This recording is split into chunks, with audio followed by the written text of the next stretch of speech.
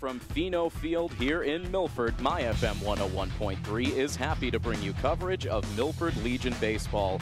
Good evening, ladies and gentlemen, and welcome into night one of the 2017 Massachusetts Legion State Tournament. Tim Coed happy to be broadcasting once again from the beautiful press box here at pristine Pheno Field, which is the site of this 2017 state tournament for Legion baseball in Massachusetts. It's been an exciting day of baseball, a very long day of baseball so far, but we've seen some exciting games unfold between some of the teams here in the 8-team field in this 2017 state tournament. And of course, Milford now getting back to work in the playoffs after a 5-day layoff in between their last appearance in the Zone 4 playoffs. And of course, everyone's still remembering vividly the events of those 2017 zone playoffs. A bit of a sluggish start thanks to Mother Nature last week, but Milford ultimately getting the playoffs started a little over a week ago, last Friday night here at Pheno against Wachusett. A tough 5-1 loss for Milford after a dominant start from Michael Farrell. Milford ultimately giving up the lead in the 7th inning.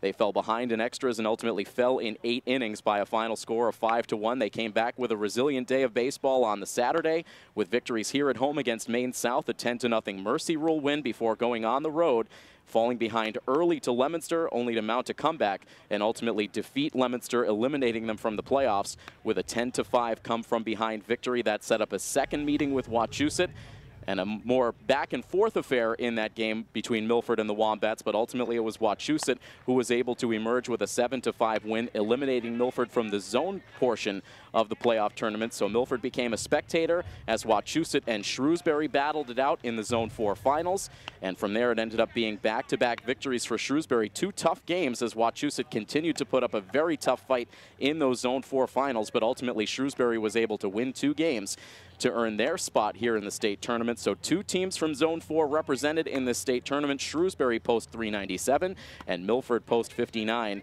And as we start to take a look at some of the events here of this tournament day so far, Milford playing in the final game of this first day of tournament action. It's been a busy day so far. Milford getting set to take on Newton post 440. And as we continue to keep our attention down at field level, we've seen some of the pregame ceremonies getting started down there now as Rich Crivello is presiding over those pregame ceremonies, and right now announcing a lot of the VIPs here in attendance today. And of course, among them is this hard-working Milford staff that has been dedicated to getting things ready for this state tournament for this year. A lot of this planning has been about a year and a half in the making.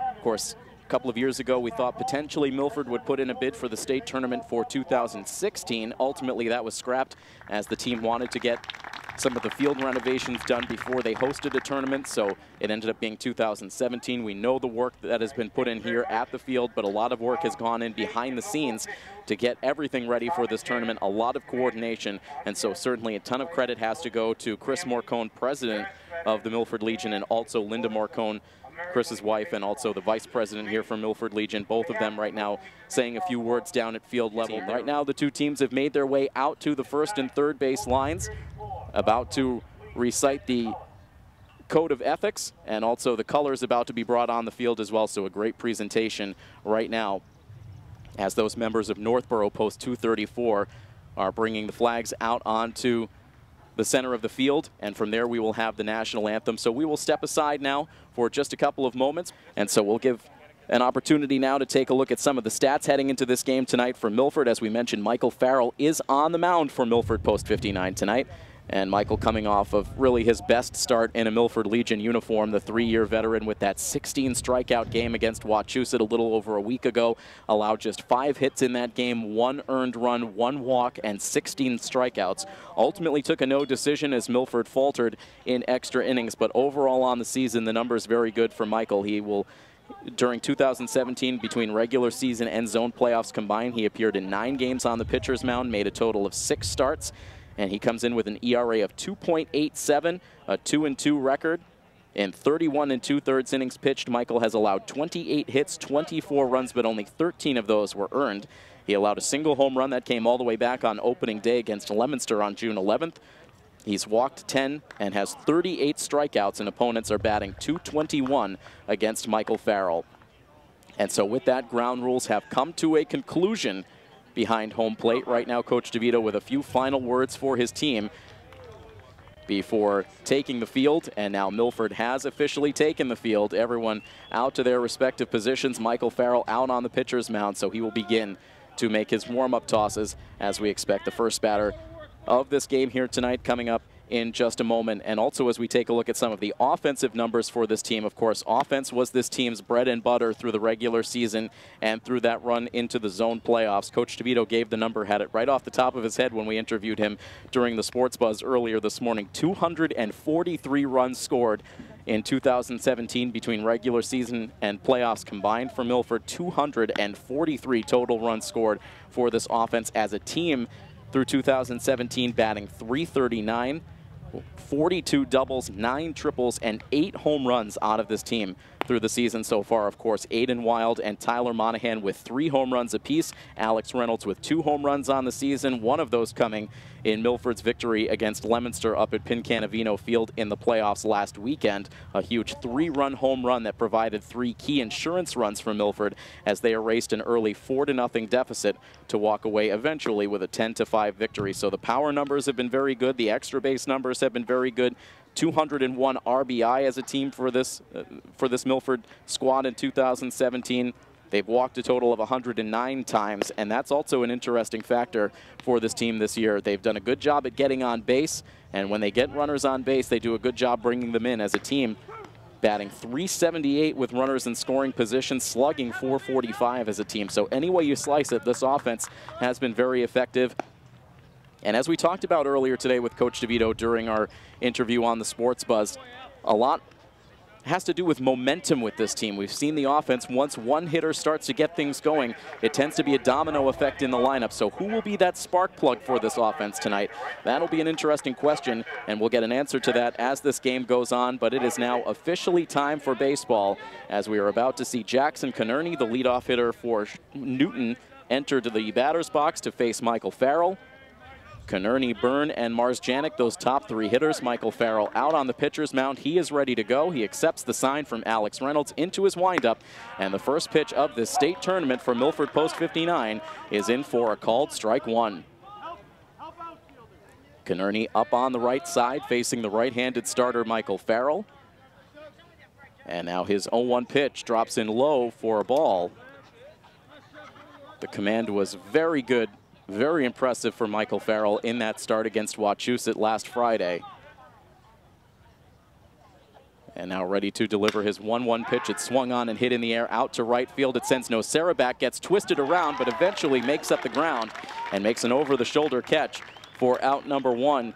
For a moment, it looked like Nocera was in some trouble, started to backpedal, then twisted around, then started to race back at full speed, but was eventually able to make the catch. So that ball traveled pretty well.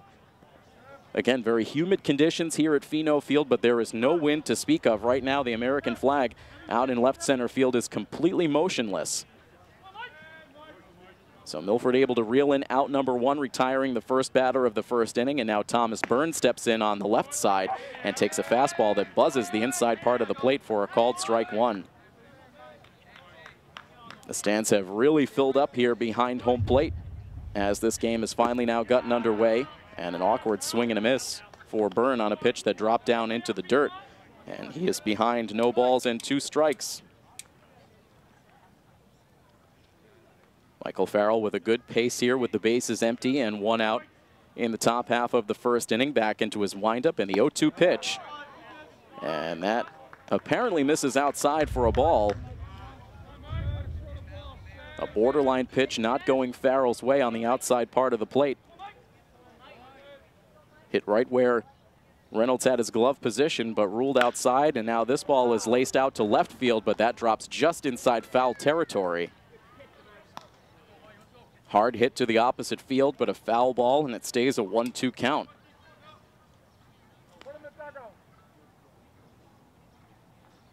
And a brief pause in the action as the home plate umpire makes sure everyone on the Newton side is completely inside that third base dugout. Another 1-2 pitch on the way, and it's in for a called strike 3. Byrne couldn't pull the trigger on the swing, but ends up taking that one on the inside part of the plate for a called strike 3, and there's the first strikeout of the night for Michael Farrell. the team leader in strikeouts thanks to that 16K performance a little over a week ago. He's collected the first 2 outs of this first inning, and now will face the shortstop for Newton, Jackson Marzjanek. And he starts off looking at a called strike 1. Marzjanek was a key factor in Newton's offense in their success throughout the regular season and into the playoffs. Inserted into this number 3 spot. Takes a pitch outside to even the count at a ball and a strike. Coach DeVito did have an opportunity to get some scouting in on this team prior to their matchup, so has some understanding of what they can do. Certainly not a surprise. Coach DeVito always very prepared, has his team very prepared. And meanwhile, a 1-ball, 2-strike count as Marzjanek tried to hold up on the swing. They checked down to the first base umpire, and he said the batter did go around, so 1 strike away from a 1-2-3 inning. Here is the pitch. And it's hit on the ground foul, rolling over towards the first base dugout. Coach DeVito has it and will fire it right back out onto the field. It stays a 1-2 count to Marzjanek. Newton in their road grays, Milford in their home whites.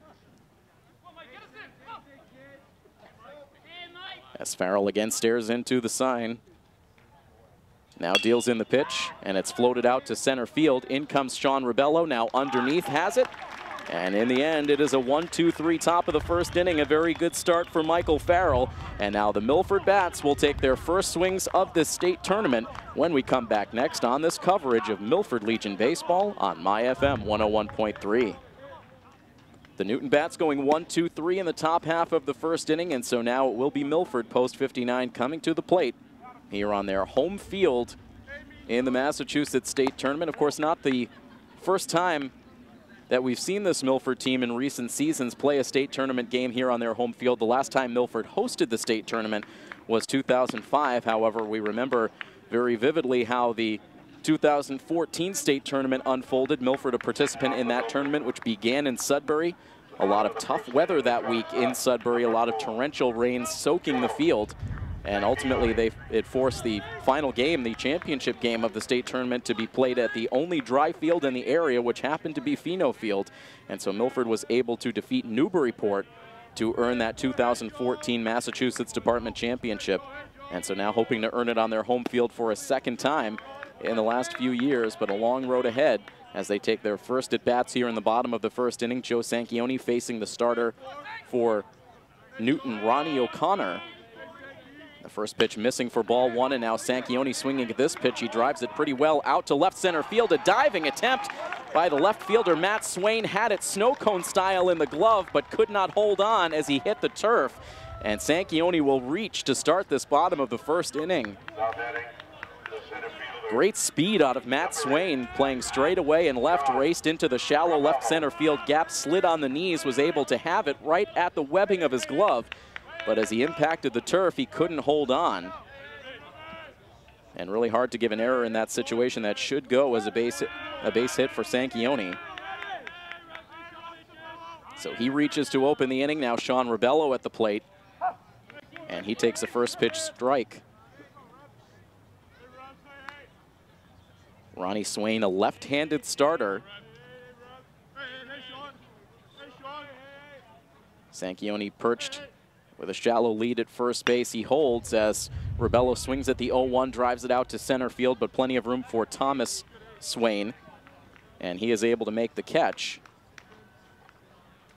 Excuse me, Thomas Byrne, making the catch out there in center field. So 1 on and 1 out now, as Aiden Wild will take his first at bat here in the state tournament. The Milford designated hitter went 3 for 11 during the zone playoffs, scored 3 runs, had a single RBI, 1 walk, and 1 strikeout. As the pitch comes down and in, kicks away from the catcher, rolls to the backstop, down to second base goes Sanchione. He takes a turn, but he will hold there at the second base bag.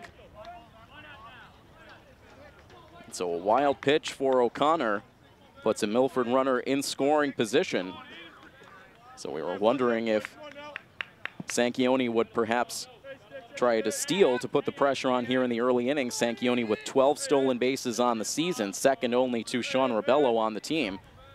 But ends up getting the free trip to second base on the wild pitch. Now they're in scoring position. The 1-0 into Aiden Wild is hit on the ground to shortstop. Took a tricky hop on the lip of the grass, but Jackson Marsjanek able to stay with it. To throw to first to get the out there, Sanchioni had to hold. So a runner in scoring position now with 2 outs. Now batting the third baseman, number 14. The full defensive alignment for Newton. It is Mike Gately behind the plate, Noah Shelton at third, Jackson Marsjanek at short, Brendan Mignoni at second, and Grant Giuliano at first. Left to right in the outfield, Matt Swain, Thomas Byrne, and Jackson Conerney. All behind the starting pitcher, Ronnie O'Connor, who will now deal with Tyler Monahan. And Monahan takes the first pitch low for ball 1, held on to this time by Gately. O'Connor wearing number 99.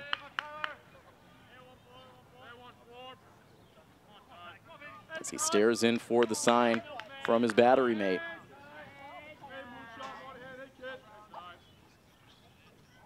A long set, and now comes to the plate. Monahan holds up on the swing, takes it high, and jumps ahead now. 2 balls and no strikes.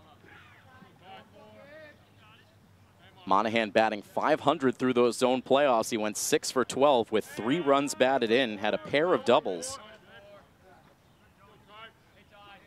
Trying to drive in a run here in the first inning. Sends one hard on the ground to third base, but right into the glove of Noah Shelton. His throw across the diamond is accurate. And so Monahan grounds out 5-3 to end the inning. So despite that leadoff base hit for Sanchioni, he advanced to second base with nobody out, but could not come around to score. No runs on either side through the first inning of play here in the state tournament. Scoreless between Milford and Newton on your home for Milford Legion Baseball, My FM 101.3. Welcome back to coverage of Milford Legion Baseball here on My FM 101.3. If you're tuning into us for the first time here in the state tournament, if you happen to be a fan of Newton or any of the other teams that are represented here in the state tournament, we certainly welcome you into our coverage. Happy to have you on board, and also happy to have all of our Milford fans, all of our loyal listeners who have been with us throughout this season and many seasons past. Very happy to be bringing you more coverage of Milford Legion Baseball after a brief hiatus after Milford's exit from the zone playoffs, but back in action now in the state tournament. And a scoreless first inning in the books. Michael Farrell back out on the hill and is able to deal in a called strike 1 to the catcher, Mike Gately. And able to quickly jump ahead now, 0-2.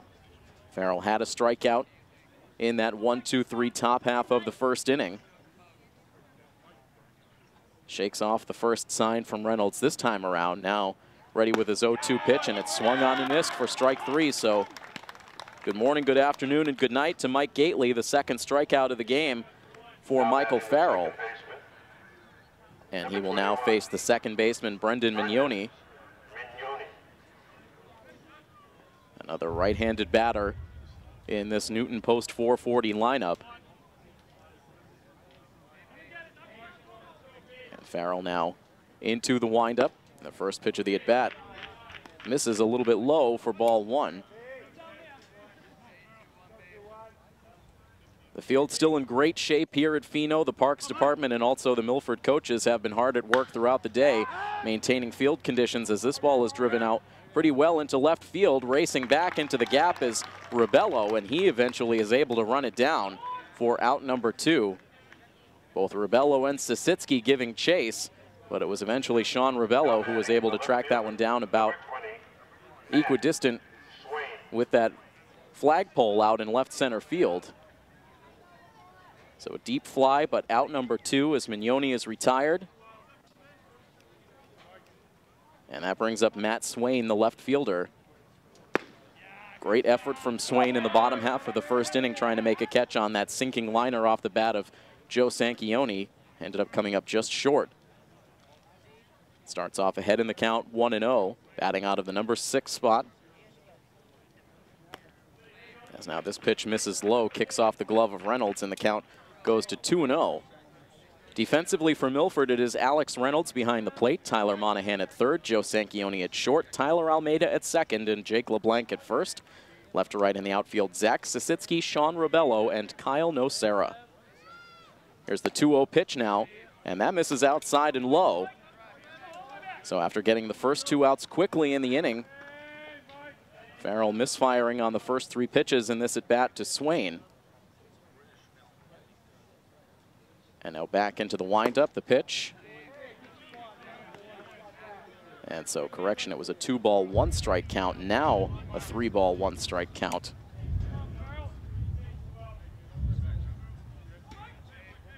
Farrell trying to keep that hand dry in these humid conditions, rubs it up against the uniform pants before firing the 3-1 pitch to the plate. It misses low for ball 4.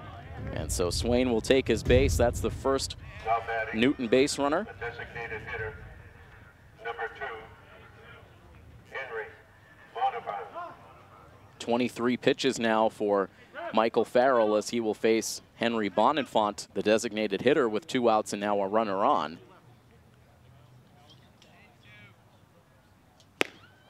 And now misses outside with the first pitch into Bonifant, and that will send Reynolds out to the pitcher's mound. Trying to get back in line with Michael Farrell. Command very good through the first 2 batters of this inning, but missing on 4 of the 5 pitches he sent into Matt Swain, and now missing badly outside with ball 1 to Bonifant. Operating now from the stretch. The 1-0 pitch is swung on and popped up foul over towards the third base dugout. Monahan going as far as he can. He has a play, and he makes it just in front of the chalk outside the third base dugout. And that will retire the side here in the top half of the 2nd inning. Newton able to get a 2-out base runner, but they cannot advance him, and we will head on now to the bottom half of the inning. Still scoreless between Milford post 59 and Newton post 440 here on your home for Milford Legion Baseball, My FM 101.3. Ready to start the bottom half of the 2nd inning. Milford trying to get the energy up in their first base dugout. About to face Ronnie O'Connor out on the hill for his 2nd inning, and first pitch swinging. Reynolds grounds it to third base, played on the backhand by Shelton, and his throw across gets there just in time. A good stretch from Giuliano at first base. And with just 1 pitch, Ronnie O'Connor able to retire the first Milford batter of the 2nd inning. Able to induce a 5-3 ground out to conclude the first, and now another ground out to third to open up inning number 2. And now with 1 out and the base is clear, we'll see Kyle Nocera. And Nocera takes a first pitch strike. Kyle through the zone playoffs ended up going 4 for 13, but had some real key at-bats in those victories for Milford. He had 4 runs batted in, a pair of doubles, and also scored 3 runs. And his presence in the dugout was also key as well, leading the charge emotionally for this team, as he has done so well in his 3 years with the club. And now is able to jump ahead in the count, 2 balls and 1 strike. Facing the left-handed starter, Ronnie O'Connor. And his next pitch misses away. We got an interesting update from Coach DeVito about Kyle Nocera during the Sports Buzz this morning. Talking about the potential use on the pitcher's mound for Nocera through the state tournament. More on that after this pitch. It's swung on and missed. And the count will fill now to Nocera.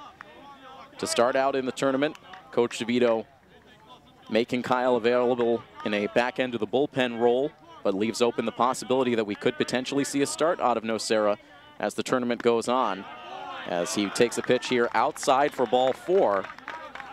And so Kyle will serve as a 1-out base runner in this 2nd inning. And so perhaps settling into a role similar to what we saw out of David Sampson in that 2014 state tournament. Of course, David proved to be such an invaluable bullpen arm for Coach DeVito through much of that 2014 year. Had some great saves for this team, but also turned starter late in that playoff run when the team needed some additional starting pitching depth, and really did a great job in that role as well. So hoping for something similar out of Kyle Nocera as the state tournament goes on. He is at first base with 1 out in the inning, and now Zach Sisitsky at the dish. The lefty starting off down in the count, 0-1. lefty versus lefty battle. And now the 0-1 pitch is swung on and missed. Off balance swing that time from Sisitsky. Had a very successful offensive zone playoffs, going 5 for 12 with a couple of runs batted in. Down in the count here, 0-2. Here's the next pitch, and it's belted out to left field, sinking fast, and that will drop in for a base hit. Another quirky hop, but Matt Swain able to keep it in front, sending a quick throw back on the infield. Nocera stops at second base. That dropped down to the turf and then took a weird ricochet towards the center field side, but Swain able to stick the glove out to keep it from rolling behind him. And a good job for Sisitsky of protecting the plate. An opposite field single. And runners at first and second now for post 59 as Jake LeBlanc will come to the plate. LeBlanc just a single hit in the zone playoffs. He ended up driving in the only run Milford scored in their playoff opening game against Wachusett. Now takes a pitch in the dirt. It takes a big hop away from the catcher, and the runners will move up. Another wild pitch thrown by O'Connor. And so Milford now in business with runners at second and third.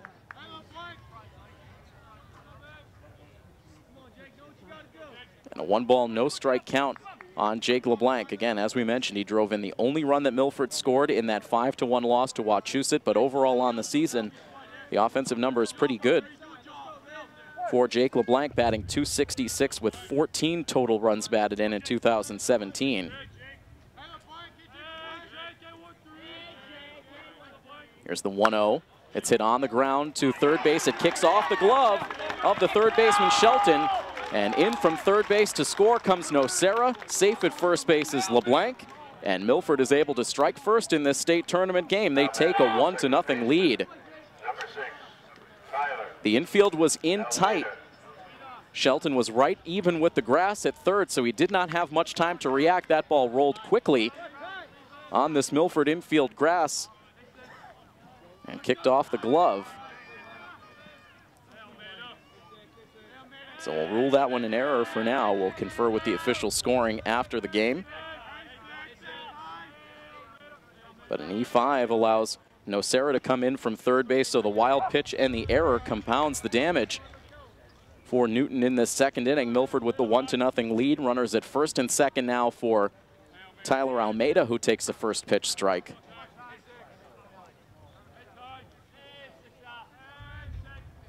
And now the 0-1 is lifted in the air out to left field. In at first was Swain, now drifts back, settles underneath and makes the catch.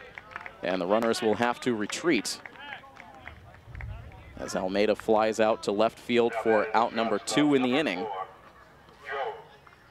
It is Zach Sisitsky who's now your leading runner at second base with Jake LeBlanc at first. And with 2 outs in the inning, we'll see the second at bat of the game for Joe Sanchioni. Again, reached on that bloop base hit that just eluded the grasp of Matt Swain and left on the diving bid.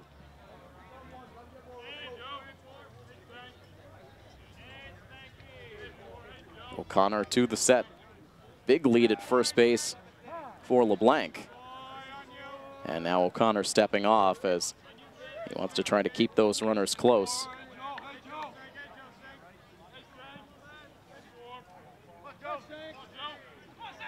The Milford fans trying to get the cheering going in the stands after seeing their team score the first run of this tournament game. Now the pitch into Sanchioni, it misses low. Joe able to start out ahead 1-0. Sanchioni continued to battle that nagging knee issue during the zone playoffs, but he did end up going 5 for 12 with 4 runs scored. He also walked twice and had a pair of stolen bases, so despite that ailment, was still very productive. And now chops one slowly over to third base. Another chance for Shelton. Sets his feet, throws quickly to first base. A good arm at third for Noah Shelton, and he's able to beat Sanchioni to the bag with that nice accurate throw across the way. So that will do it for Milford in the second inning, but the wild pitch and the error allows post 59 to bring the first run across the plate of the state tournament game. Milford now with a 1-0 lead over Newton, as we'll head to the top of the third inning next here on this coverage of Milford Legion baseball in the 2017 Massachusetts State Tournament here on My FM 101.3. It'll be batters 8, 9, and 1 due up in the Newton order against Michael Farrell in the top half of the third inning. Milford now with a 1-0 advantage. A walk, a hit, and also an error in that bottom of the second inning, helping Milford take the first lead. So now the first pitch of this third inning is fouled away over the press box and off into the trees behind us off the bat of first baseman Grant Giuliano. Now the next pitch from Michael Farrell, that hits the outside part of the plate. And it's a quick no ball, 2-strike count.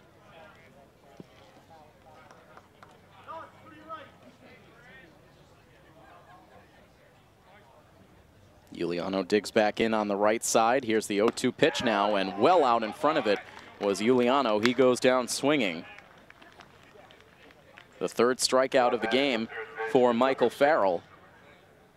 Gets the first man here in the third, and now down to the number 9 spot, Noah Shelton, who's had an active game defensively so far in this one at third base. A number of balls hit his way. Had the tough error charged to him on that ground ball with the infield drawn in with Jake LeBlanc at the plate, but otherwise he's been up to the task.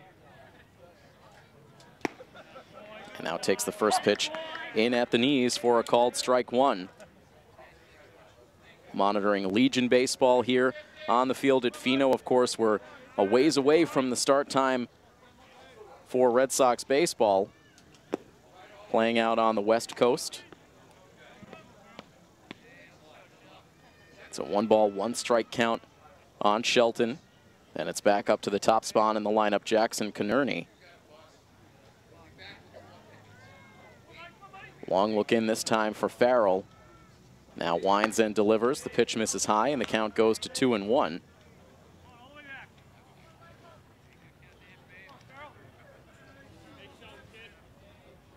Bases are empty with 1 out in the top half of the third.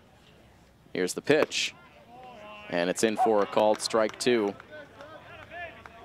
The official start time for Game 2 of that series between the Red Sox and the Los Angeles Angels of Anaheim is 9:07 Eastern Time.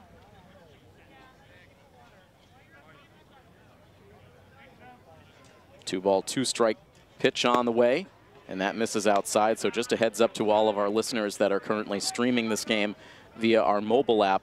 Once 9 o'clock rolls around and we get close to that first pitch time for Red Sox baseball, we will unfortunately have to black out our coverage on the mobile app as we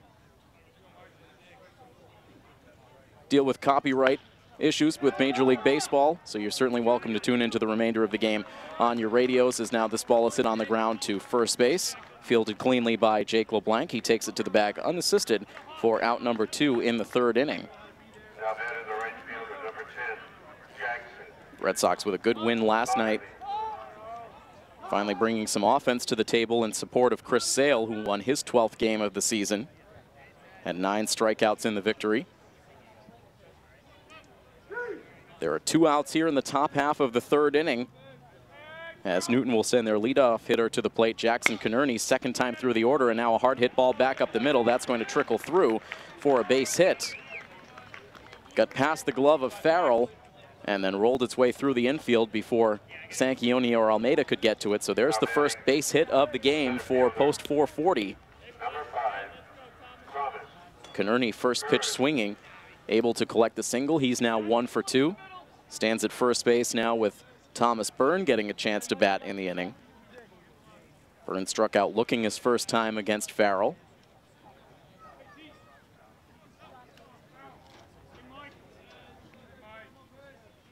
Lefty now digging into the box.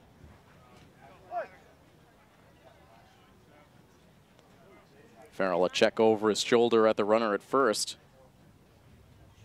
The runner takes off as the pitch drops in low, gets away from Reynolds, so no chance to make a throw to first base. Looked like Reynolds had a little bit of trouble handling that ball out of the glove. It then trickled behind him. Trying to get to his feet quickly to release that throw, was unable to send the throw down to second base. A steal for Konerney to get into scoring position. Represents the tying run. As Farrell misses, and the count goes to 2-0.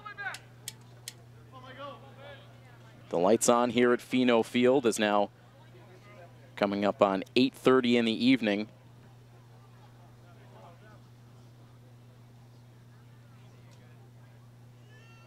Here's the 2-0 pitch. That misses down and in. And so Byrne now in the driver's seat in the at-bat.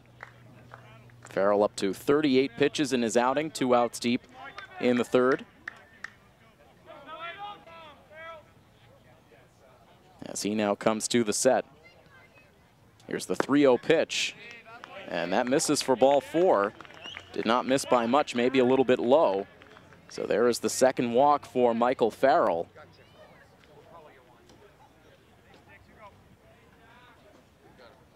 All of this developing with 2 outs in the inning. The line drive from Konerney and now the walk to Byrne puts runners at first and second base, and it brings Coach DeVito out of the dugout for the first time tonight.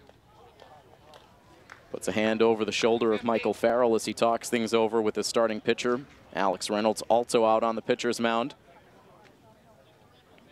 And for Coach DeVito, this has probably been, in a strange way, the most relaxed he's been all day, dealing with a lot of procedural business throughout the day here today, making sure the tournament ran smoothly, which it certainly did through the first 3 games. And now Coach DeVito with the opportunity to just focus in on the business of playing baseball. He returns to the dugout now as Michael Farrell will square off against Jackson Marzjanek, who flew out pretty deep out in center field his first time up. Now from the stretch, the first pitch is in for a strike. And had Marzjanek backing out, but it grabbed a piece of the inside corner.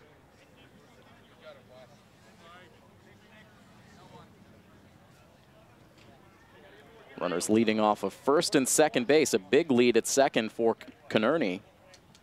As this one is lined out to shallow right field, that drops in for a base hit, gets past Almeida. Now a late stop sign is thrown up as the ball is boxed around. Now the runner will come around from third base to score, as that will tie up the game at 1. Confusion really on both ends on the back end of that play. It was a strange line drive that ended up dropping down right at the edge of the infield dirt.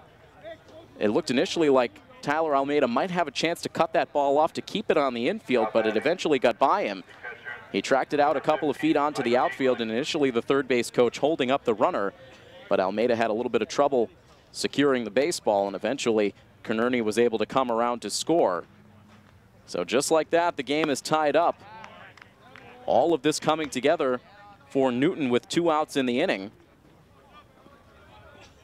2 singles with the walk mixed in between, and an RBI for Marzjanek as he comes through for this Newton offense again. So tied 1-1, a chance now for Mike Gately with 2 on and 2 out. Takes a first pitch strike. Gately struck out swinging to open up the second inning.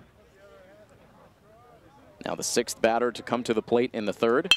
And now hits one hard on the ground to shortstop. Sanchioni with a bobble. Can he stay with it? He has no play, has to hold on to it. Everybody is safe, and now the bases are loaded. And so there is the first Milford error on the day. And you have to just think back to the words of Coach DeVito during our Coach's Corner interview. He stressed to the team prior to the game, make the routine plays. Don't worry about what's out of your control, but just focus in on making those routine plays. That was a very routine ground ball to shortstop that Sanchioni could not secure cleanly. He bobbled it, kicked back out in front of him. As now the batter, Brendan Mignoni, pops one up out into shallow left field. In and out of the glove of Monahan. A run will come in to score. 2 runs will score for Newton. A pop-up out onto the shallow left field grass. Monahan racing out, Sisitsky racing in. It was Monahan who attempted to make the over-the-shoulder catch, but he let the ball drop to the turf.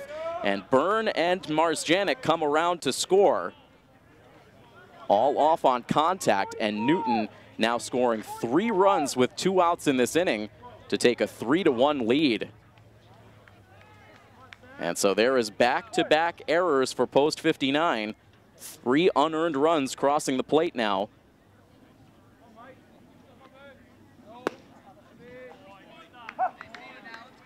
And a first pitch strike into Matt Swain as the inning continues.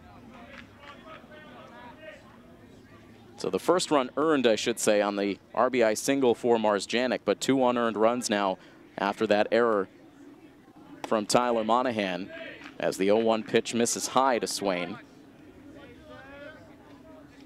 Mike Gately able to go first to third on that dropped pop-up.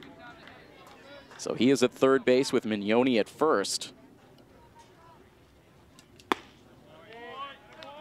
And now Farrell able to deal in a called strike 2. Swain walked his first time up last inning.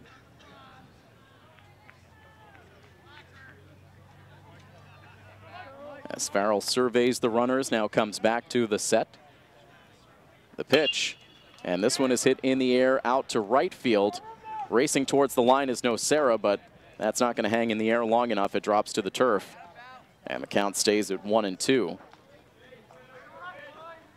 LeBlanc and Almeida also over in the vicinity, but none of the 3 had a chance to make the play.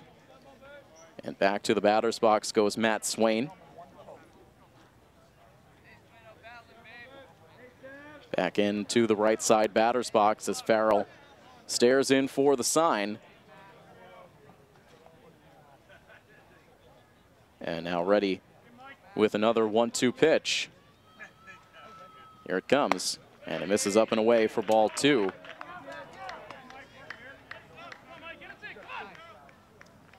So Farrell has allowed now 2 hits and 2 walks through 2 2/3 innings.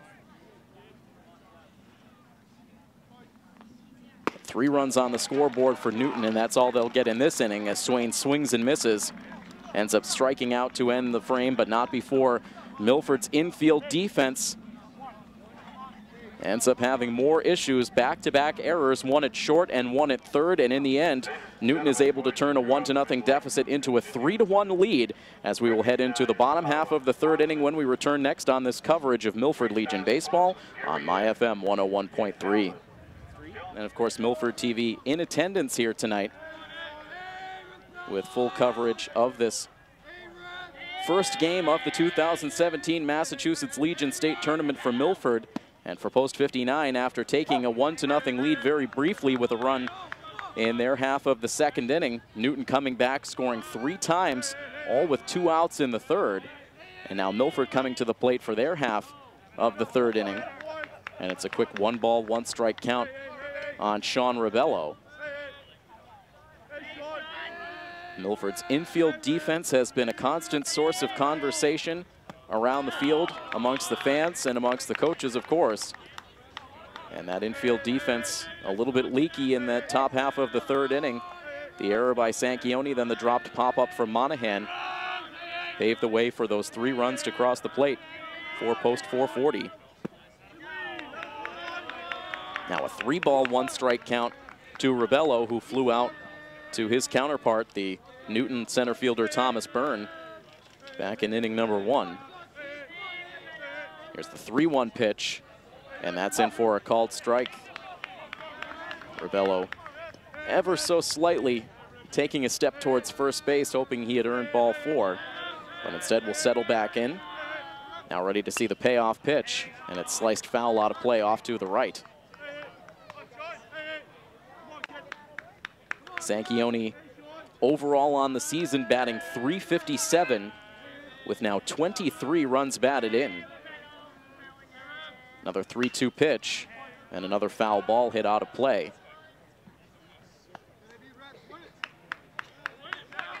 Milford with 4 players on their team with 20 or more runs batted in on the season. Rebello along with Aiden Wild, Tyler Monahan, and Alex Reynolds. As this pitch is on the inside corner for a called strike 3. That time Rebello had taken several paces towards first. Now batting the after backing out of the way of the pitch, but the home plate umpire ruling it a called strike 3. So Rebello goes down to open this bottom half of the third.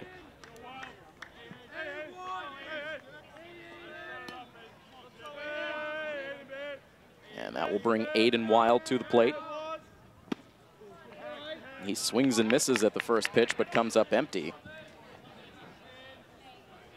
Wild was productive in those zone playoffs, as we mentioned, with the 5 runs batted in, but just 4 hits in the series, which was light from his lofty offensive standards. Of course, overall on the year, Aiden Wild with a .432 batting average, second on the team only to Tyler Monahan.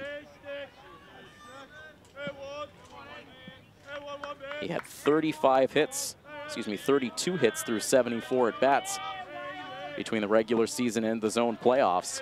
Now takes a called strike to bring the count to 1-2.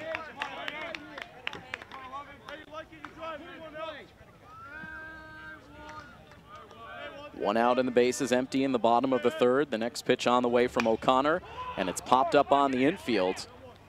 Over comes the first baseman, Giuliano. Now can't secure it in the glove. It drops to the infield dirt, and Aiden Wild will reach. Perhaps a little communication breakdown between Giuliano, the first baseman, and Brendan Mignoni, the second baseman. Both converged. The first baseman ended up making the play. It might have been an easier one for Mignoni coming in from second, but it drops in and out of the glove of Grant Giuliano. And Wild reaches on the error, so now 2 errors apiece for these teams. And Milford gifted a 1-out base runner as Tyler Monahan takes a big cut on the first pitch of his at-bat and fouls the ball to the backstop. Monahan grounding out to third base to end the first inning. Milford has stranded 3 runners through the first 2.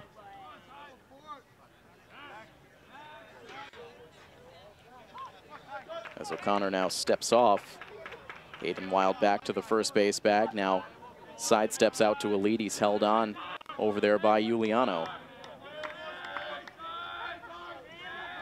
Now the 0-1 is hit in the air out to right center field. Over goes Burns, still going on the move, dives for it, and he is able to make the catch. Thomas Byrne reading that one very well right off the bat. Deep out in right center field, he left his feet, was able to make the grab, and denying extra bases for Tyler Monahan. Now batting, catcher, number 20. That one's certainly an early contender for our Easy Way Car Wash diamond play of the game, robbing Monahan of the hit. And now with 2 outs in the inning, we'll see Alex Reynolds, who swung at the first pitch his first time up and grounded out to third base.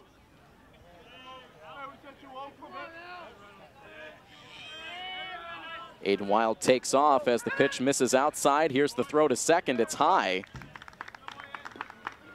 Wild was off on the very first move from O'Connor. Was a third of the way down the line before the pitch was even released, so really no chance for Mike Gately to throw him out at second. A steal for Wild. Now in scoring position. And a 1-ball, no-strike count on Reynolds.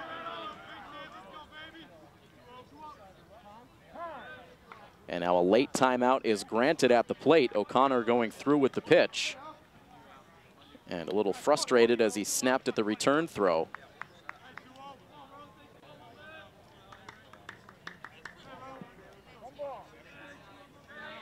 This game quickly approaching the 1-hour mark, and we're not yet done with the bottom of the third. Another long set from O'Connor now comes to the plate, and Reynolds sends it foul over the backstop, evening the count at 1-1.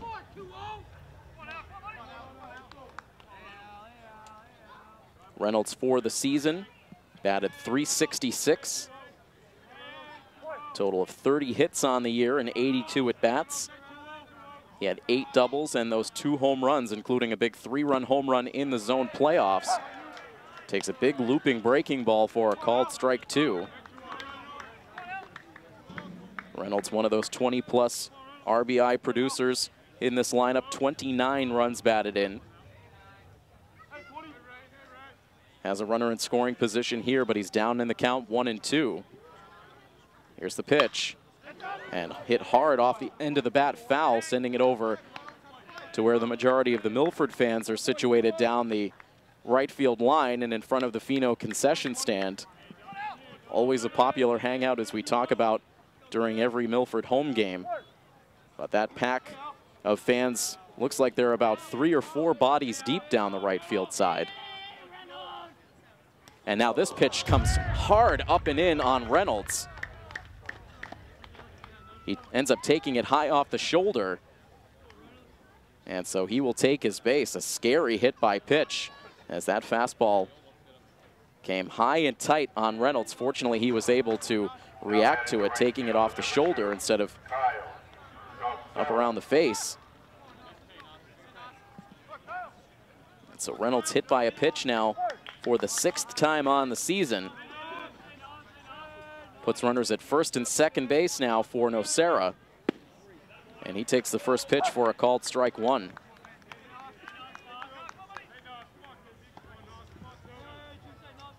Nocera walked and scored Milford's run in the second.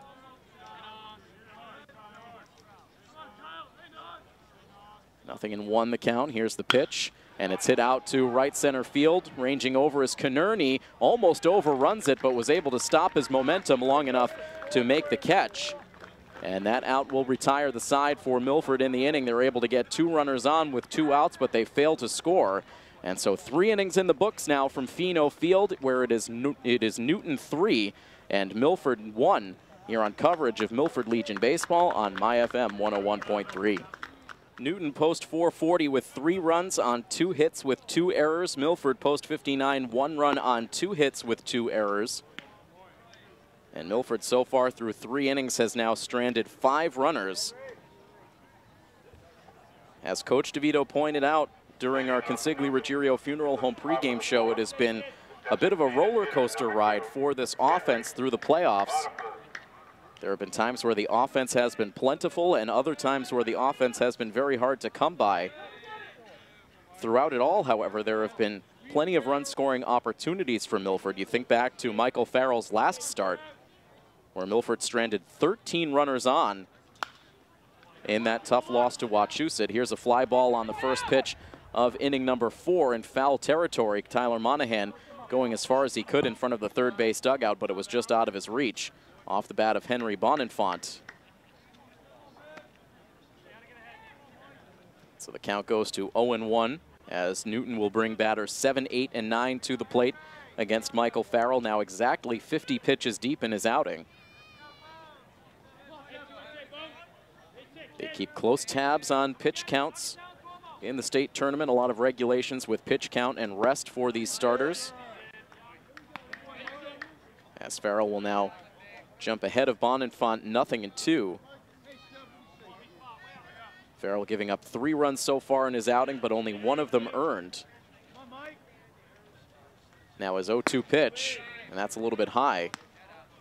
Kicking some dirt out of the glove of Alex Reynolds on that high fastball. Bonenfant 0 for 1. He popped out to third base his first time, and now takes a pitch on the inside corner for a called strike 3. And so there is strikeout number 5 so far for Farrell. Single strikeouts in the first and second, 2 Ks in the third, and now 1 to lead off the top half of the 4th. So now up to 21 Ks in his last 2 outings combined. 1 out and the base is empty in the top of the 4th now for Grant Giuliano. Dropped a pop-up in that bottom half of the 3rd inning to give Milford a 1-out base runner. A hit batter allowed Milford to put the tying runs on base with 2 outs, but Nocera flying out. A nice play from Thomas Byrne, helping take some of the wind out of the sails of that rally for Milford in the 3rd. Made a nice running catch into the right center field gap. Also a nice play from Jackson Konerney on the run to reel in the out of Nocera to end the inning. It's a quick 0-2 count on Giuliano, and the pitch misses high. So far we've seen solid glove work in the outfield for these two teams. The infield has been a bit of a different story. Now the 1-2 offering is floated off the end of the bat, foul and out of play off to the right. Giuliano at the plate now, Noah Shelton, the third baseman, on deck.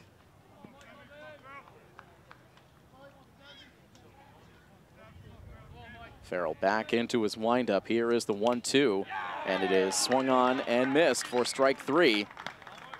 Fooled Giuliano with an off-speed pitch. Back-to-back strikeouts in the inning. And now Shelton will come to the plate.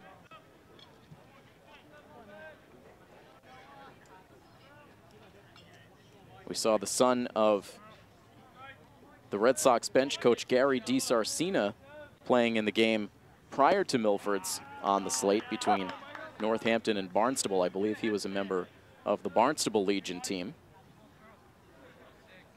So while his dad is out on the West Coast with the Sox, his son playing in the state tournament. Unfortunately, Barnstable on the losing end of that lopsided 11-1 final.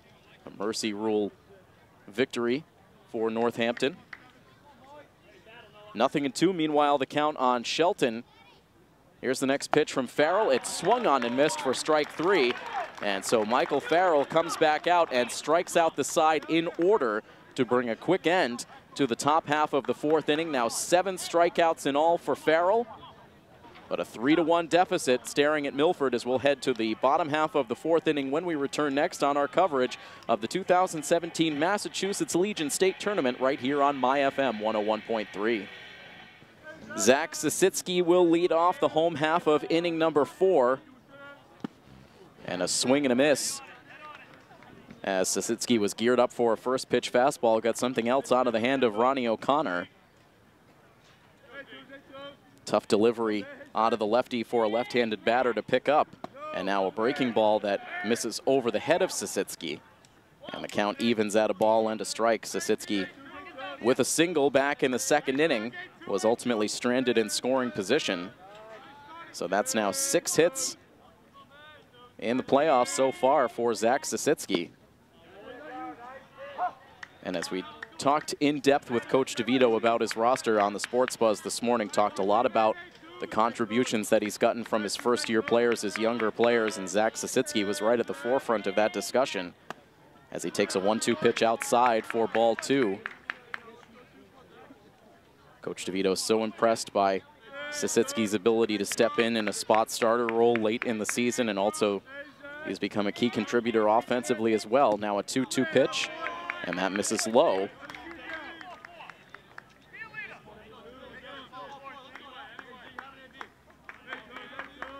A 3-2 count with Sisitsky at the plate. He'll be followed by LeBlanc and Almeida.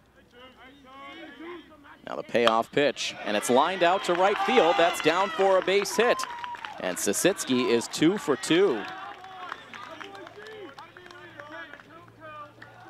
So the Hopkinton product continues to perform here on the playoff stage. Allows Milford to quickly bring the tying run to the plate. Milford had the tying runs on last inning. But 5 runners stranded on through the first 3 innings. Jake LeBlanc now at the plate. He reached on an error by the third baseman his first time up. That ended up resulting in Milford's only run crossing the plate. LeBlanc taking the first pitch high for ball 1.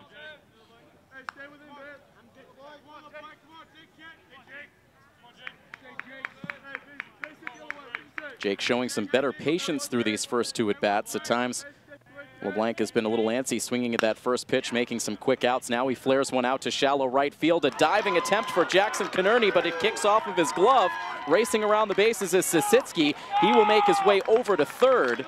LeBlanc holds at first base. And Milford now with runners at the corners and nobody out.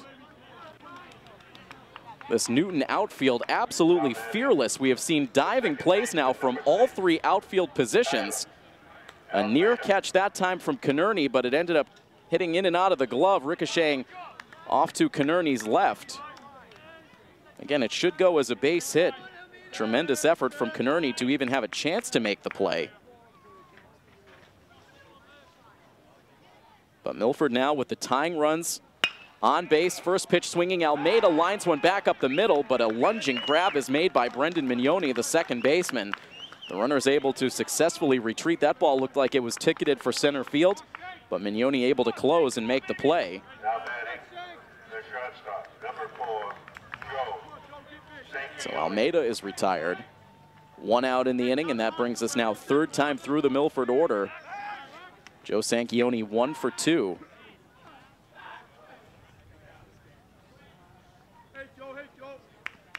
Some time taken as Sanchioni slowly climbs into the box. A look in from Ronnie O'Connor to his battery mate, Mike Gately. Now the pitch to the plate is in for a called strike 1. A lot of the Legion officials looking on underneath the cover of a canopy just to the left behind the backstop. And they have the Department Championship trophy there under that canopy. Of course, Milford etched into that trophy for 2014. Milford also earning an intrastate championship back in 2013. Here's a 1-1 pitch to Sanchioni, and an ugly half swing that time from Joe. No, he was able to hold up on the swing, as it turns out. Looks like he might have gone around, but in the end, the count goes to 2-1.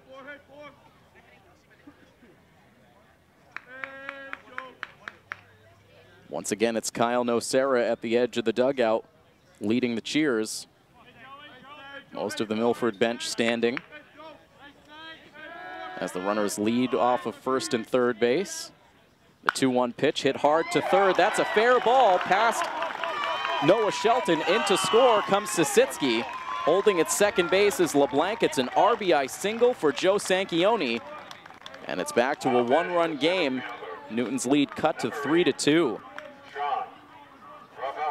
Sanchioni just able to slice that one fair inside the third base bag. Not much territory between the bag and third baseman Noah Shelton, but Sanchioni able to find the space, really threading the needle there to come through with the RBI single. Sanchioni now 2 for 3 in the game. And the tying run now in scoring position, the go-ahead run at first, as Sean Ribello takes a look at a called strike 1. Ribello thought he had worked a walk in his last at-bat, but ended up taking a called strike 3.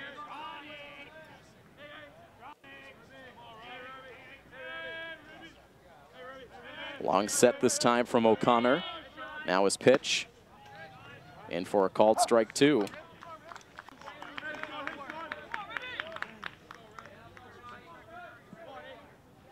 LeBlanc walking out to a lead at second base. Now Sanchioni doing the same at first. As now we see an 0-2 pitch. Misses well high. Gately having to come to a standing position to reel in that high pitch, and the count goes to 1 ball and 2 strikes.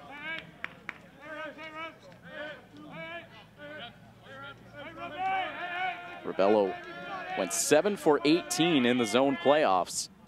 0 for 2 so far tonight. Now hits a flare out to shallow right field. On to make a basket catch is Konnerny. Now the throw back into first, gets away.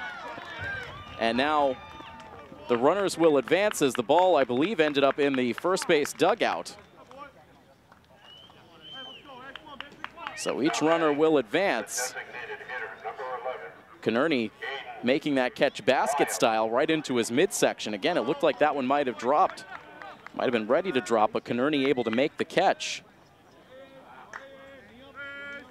And then the throw back into first as Konnerny hoped for the inning-ending double play, but the throw was offline. And so in the end, it's the third error for post 440, allowing the runners to advance to second and third. And a chance now for Aiden Wild with 2 in scoring position, not a situation any team would like to be in. So the first pitch misses for ball 1. Wild so far 0 for 2 with a ground out. He also reached on an error.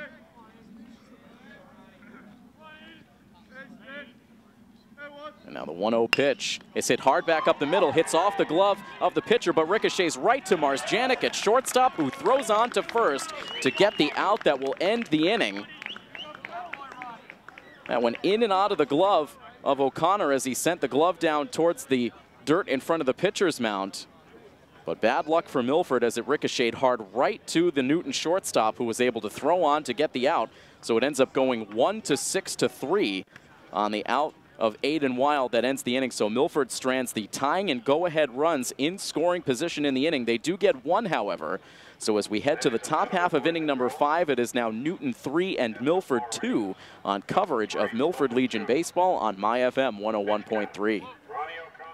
Top of the 5th inning now from Fino Field in Milford, the site of the 2017 Massachusetts Legion State Tournament. It's now a 3-2 score. Newton still in front as they come to the plate in this 5th inning. They will send the top of their order up against Michael Farrell. And first pitch swinging, Jackson Canerney pops one up out to shallow left field. It's Sanchione just a step out from the infield dirt to make the catch. And one pitch, and Canerney is out number 1 of the inning. It's now 61 pitches through 4 1/3 innings for Michael Farrell. He's only allowed 2 hits so far in the game. He has walked 2, but has allowed 3 runs, just 1 of those earned. A key error on a dropped pop-up by Tyler Monahan, allowing 2 runs to come home as part of that 3-run 3rd inning for Newton. It's the only inning in which they've produced any offense in this game. Outside of that, Michael Farrell has been dominant once again with 7 strikeouts now. He struck out the side in the 4th inning. Quickly dispatches Canerney for the first out in the 5th. And now a 1-ball, 1-strike count on Thomas Byrne.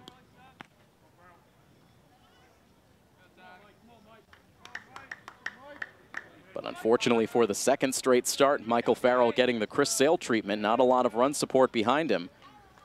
Of course, not including Chris Sale's start last night where the Red Sox were able to score 5 in the 1st. I'm sure if Michael Farrell would have loved to have seen that kind of offensive support early on here tonight. So far, just 2 runs on the scoreboard for Milford, but they've had plenty of opportunities. Now 7 runners stranded through the first 4 innings. Here's his 2-1 pitch, and it's hit hard to 3rd base, but that is just foul. It's a 3-man officiating crew here at the state tournament. The home plate umpire, and right now umps positioned at 1st and 3rd base. 2 balls and 2 strikes now. The count on Byrne.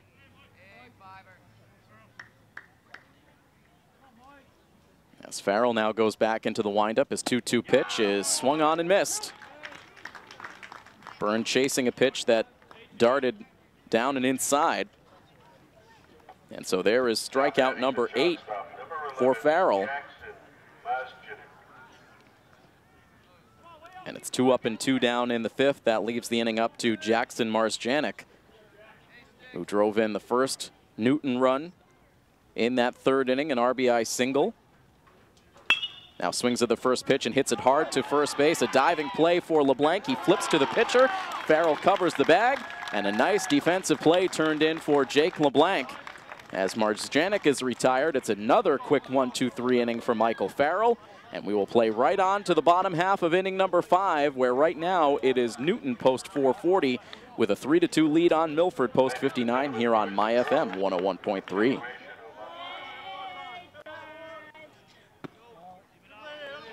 Tyler Monahan leading off the bottom half of the 5th inning. Monahan robbed of a hit his last time up, sent a hard hit ball out to right center field, but Thomas Byrne, the center fielder, able to range back, made a diving play. Monahan now 0 for 2. Up there with a 1-ball, 1-strike count. He'll be followed by Alex Reynolds and Kyle Nocera. His batters 4, 5, and 6 come to the plate in this 5th inning. Monahan again will send one out towards right field. On the move goes Konechny, but it's over his head, and it will be extra bases for Monahan, digging in for second, and he will get there standing with a double. Konechny might have misjudged the carry on that ball. Now batting. As he raced back, he looked like he had it sized up, raised the glove over his head as if he was going to make a routine catch, but that ball sailed several feet over his glove and ends up going as an easy two-base hit for Monahan. So he gets his first hit of the tournament. It's now his third double of the playoffs. And overall on the season now, 13 doubles for Monahan and 17 extra bases in total. He is at second base representing the tying run with nobody out. And ball one sent in outside to Alex Reynolds. Probably has a bruise now on that left shoulder after taking a high fastball that came up and in his last at bat. Now sends one deep out to left field, but that is going to hook foul. Sneaks over the fence in that left field corner, but several feet to the left of the foul pole. Home run distance, but not in fair territory. And it's a 1-ball, 1-strike count now on the Milford catcher.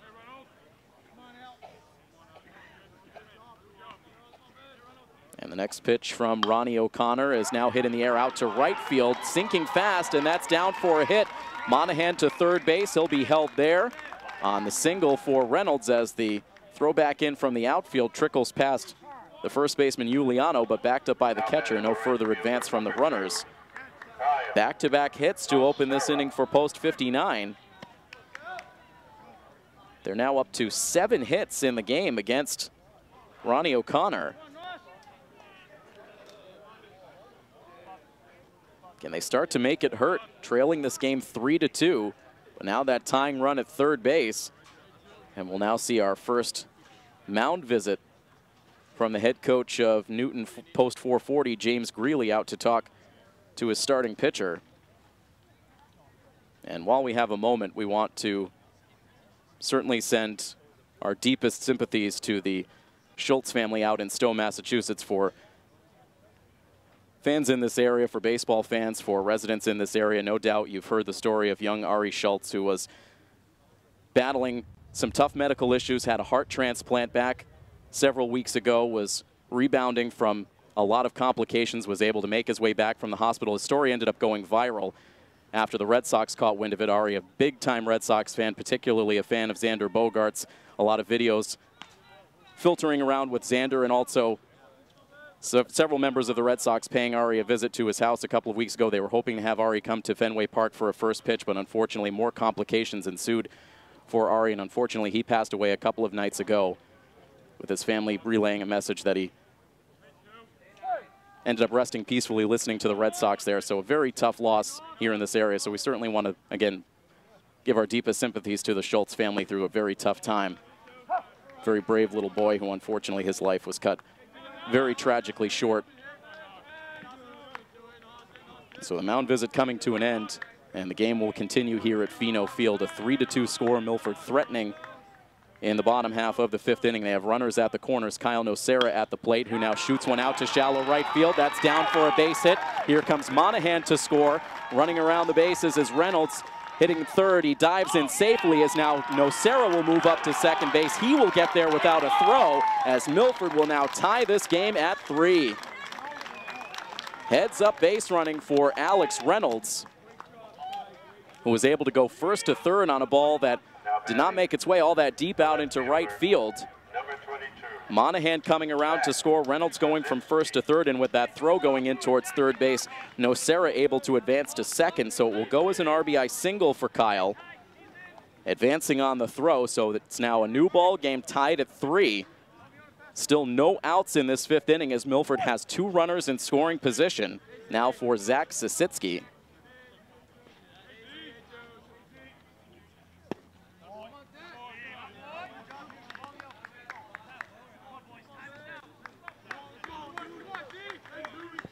So now Sisitsky, who is 2 for 2 so far in the game, takes the first pitch from O'Connor for ball 1. Does not look like there is any activity warming up yet for Newton. It looks like now they'll start to get their bullpen activated, as O'Connor is able to deal in a called strike, evening the count to Sisitsky.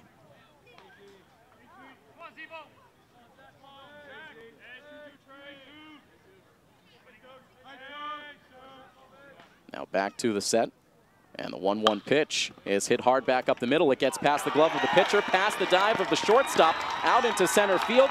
Reynolds scores. Here comes Nocera around from second base. It's a 2-run single for Zach Sisitsky that puts Milford back on top by a score of 5-3. And there is Zach Sisitsky once again front and center in this offense for post 59. He is now 3 for 3 with 2 big runs batted in. And a 2-run lead for post 59 as back out of the dugout comes Coach Greeley. And it looks like this will be the game for Ronnie O'Connor. He was playing with danger through the majority of this game. Milford with runners on base in each of their first 4 innings. Milford not able to really capitalize, but finally coming through in this inning. And so the move now made as O'Connor leaves the pitcher's mound. So we'll see a pitching change here in this state tournament, with Milford rallying in the bottom half of the 5th inning. They've scored 3 times so far to take a 5-3 lead. And again, still no outs yet recorded in this bottom of the 5th inning. A 5-3 lead will step away for the pitching change. Much more to come in just a moment here on My FM 101.3. The new pitcher on for Newton post 440 is number 9, TJ Goldblatt. He takes over for Ronnie O'Connor, who went the first 4+. So far has allowed 5 runs on 9 hits. He walked 1 and struck out 1. He is still responsible for Zach Sisitsky, who stands at first base. He chased the Newton starter from the game with that 2-run single just moments ago. And so now Goldblatt will square off against Jake LeBlanc, who is batting 1 for 2 so far tonight. Goldblatt, a righty reliever, after Milford saw 4+ innings out of the lefty O'Connor. So post 59 finally coming through with some offense in support of Michael Farrell, who has so far gotten through 5, allowing just a pair of hits and 3 runs, 1 earned. Now the first pitch from Goldblatt into LeBlanc. Hard fastball misses low for ball 1. Red Sox baseball now underway out on the West Coast, so we'll start to feed you some updates from that game as we continue on into the later innings, as LeBlanc swings and misses, and the count evens at a ball and a strike. Playing into the late night hours here at Pheno Field, now 9:17 in the evening. This game did not get started until just before 8 o'clock, as we saw some extended pregame ceremonies with Legion officials and also municipal officials here in Milford, and also State Representative Brian Murray, part of that pregame ceremony as well. The final game of a long slate of games. Of course, these first 2 days of the tournament, the 2 longest days with all 8 teams in action. LeBlanc, a swing and a miss, and he goes down on strikes. So Goldblatt able to come in and strike out the first batter he faces. That's just the first out of the inning. Sisitsky remains at first base now with Tyler Almeida at the plate. He's made good contact in his first 2 at-bats. Last time up, lined one hard back up the middle, but the second baseman, Brendan Mignoni, able to make a good play. And before Almeida sees a pitch, we'll see a pickoff play over at first. Sisitsky able to lunge back safely into the bag.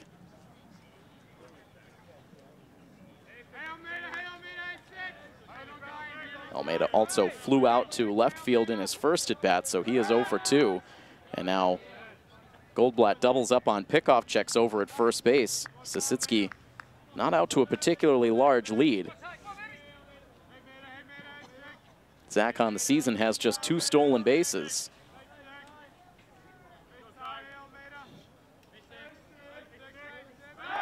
Now a third pickoff check over at first base, and again, Sasitsky slides back in safely. So Goldblatt, after really going after LeBlanc, getting the strikeout, now starting to get preoccupied with the runner at first base. This time he comes to the plate and deals ball one high into Almeida.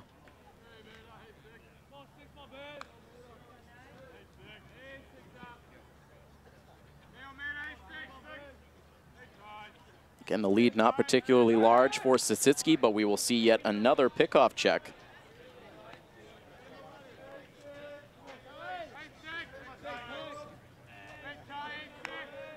Newton representing District 5 in these state tournament playoffs. Here's the pitch into Almeida. It's swung on and missed.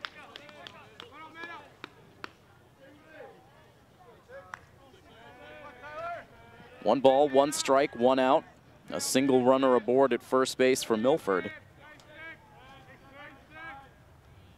Long set by Goldblatt. This time the runner goes as the pitch is rolled out towards shortstop. Played there by Marzjanek. He throws to first to get the out there, but Milford finally ends up putting Sasitsky in motion, and it ends up taking the double play off the table.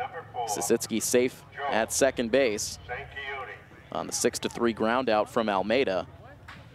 A runner in scoring position now with 2 outs as Joe Sanchioni comes to the plate for the 4th time, 2 for 3 with a run batted in.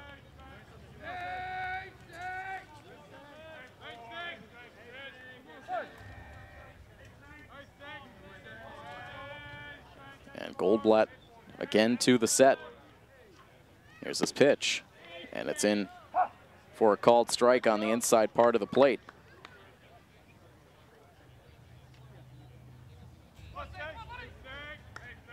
The majority of Newton's roster from Newton North and Newton South high schools. Also a couple of players from BC High and Lawrence Academy. TJ Goldblatt, a student at Newton South, graduated this past spring, as now Sanchioni grounds one towards third base into the glove of Shelton. On the move, his throw to first base, and are they able to get the tag applied? Yes, they are.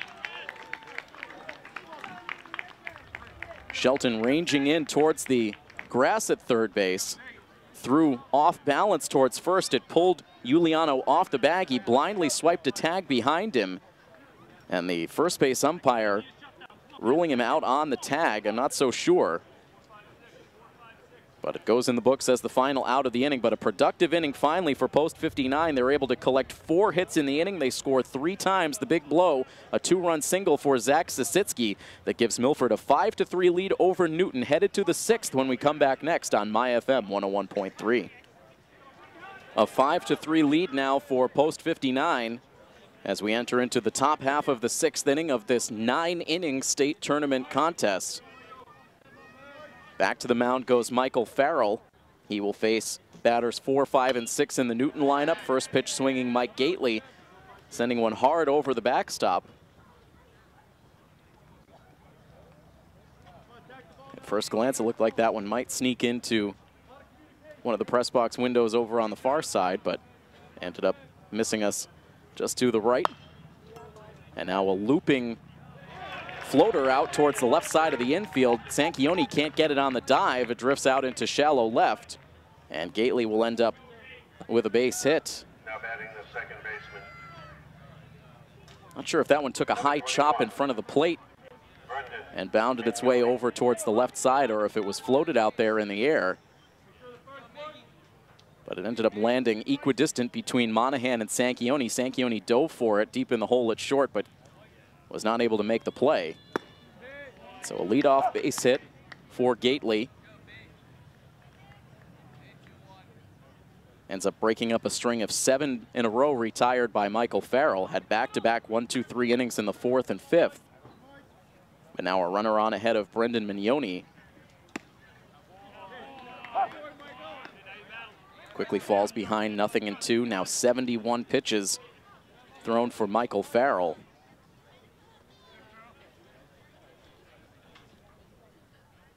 trying to hold Newton off the board here after Milford was able to battle back to take the lead. Pitch misses high, now a 1-ball, 2-strike count. Mignoni so far a fly out to center field, then reached on an error.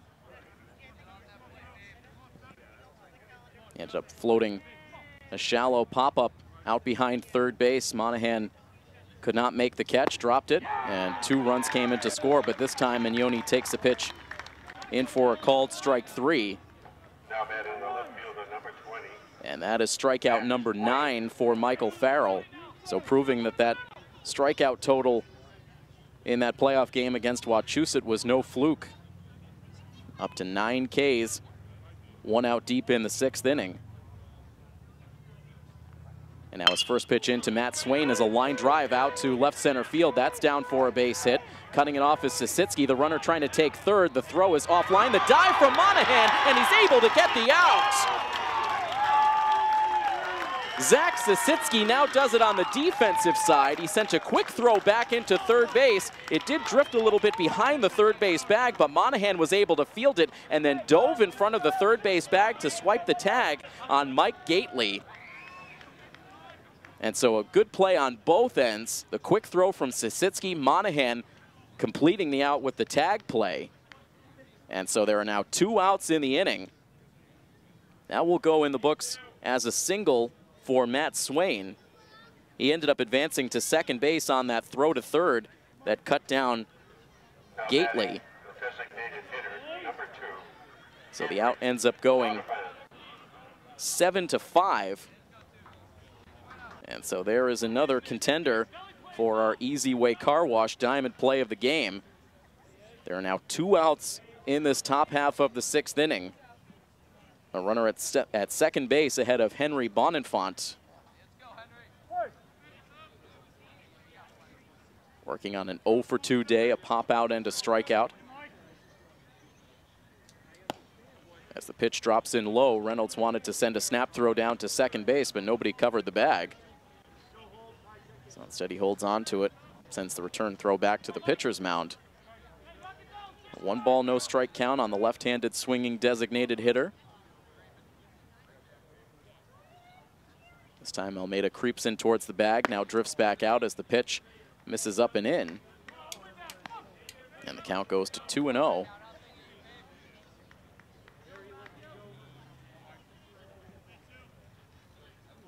Newton North with 2 hits in this inning, bringing their total for the game up to 4.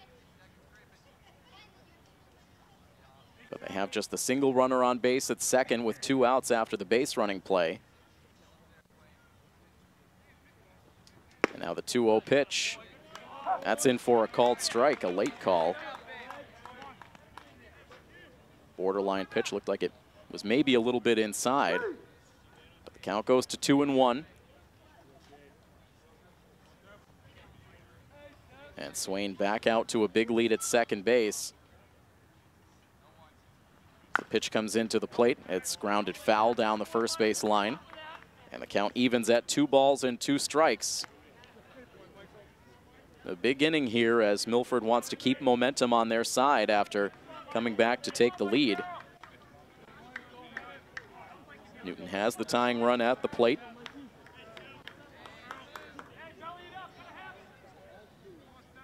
Farrell's next strikeout will be his 10th. He'd like to get it right here.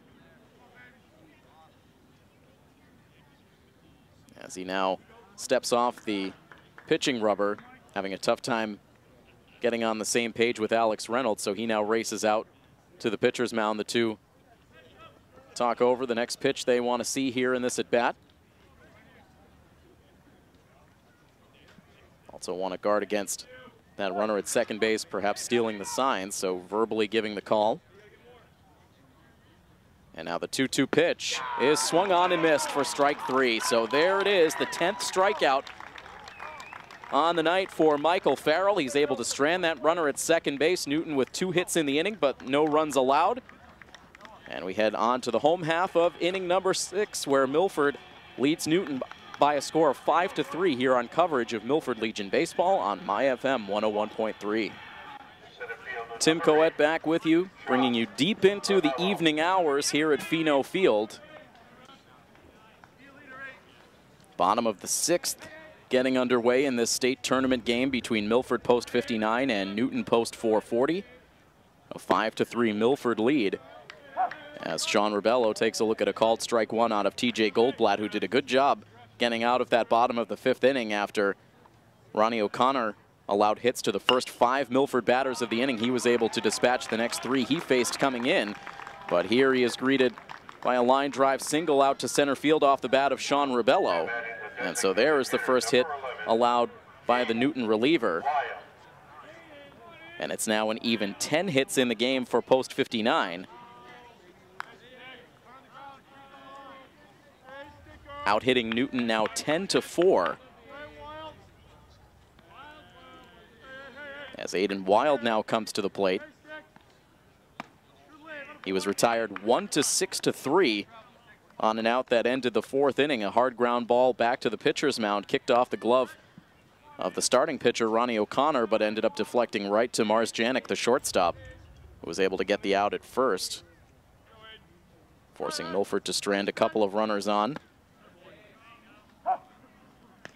Wild now with a count of 1 ball and 1 strike, looking for his first hit tonight.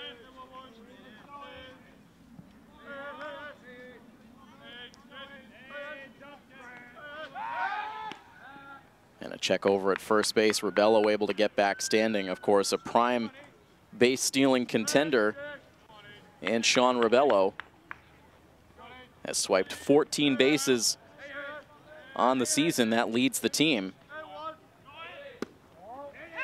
As now the runner takes off, here's the throw down to second base. It's not in time. It was a little bit in front of second base. It was right on line, but ended up dying just ahead of the second base bag, and that ended up making the difference. Rebello able to get in there with the steal. Now into scoring position with a 2-1 count on Wild. And now the pitch hit high in the air and foul ground off to the right. Giving it a look is the first baseman for Newton, but that ball out of play over towards the concession stand area. That Fino Field concession stand fully stocked with all sorts of goodies for this state tournament. I believe Coach DeVito, when we talked to him this morning, mentioned something about breakfast sandwiches from Oliva's being served at that concession stand this morning. So all sorts of good stuff over there. If you come down to one of these state tournament games, you will definitely want to check it out. As the pitch misses just inside to Aiden Wild, perhaps a bit lucky to still be standing in the batter's box as the count now goes to 3-2.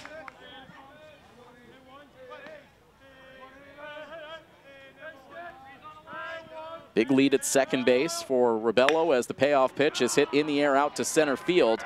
Backpedaling goes Burns, and he now settles it into the glove. Rebello tags, moves on to third, and is able to get there just ahead of the throw.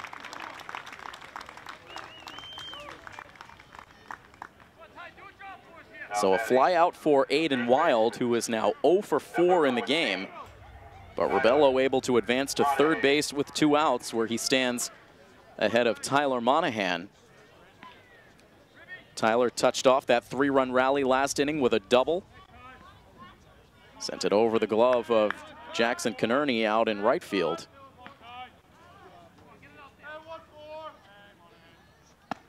And takes a fastball up and in for ball 1.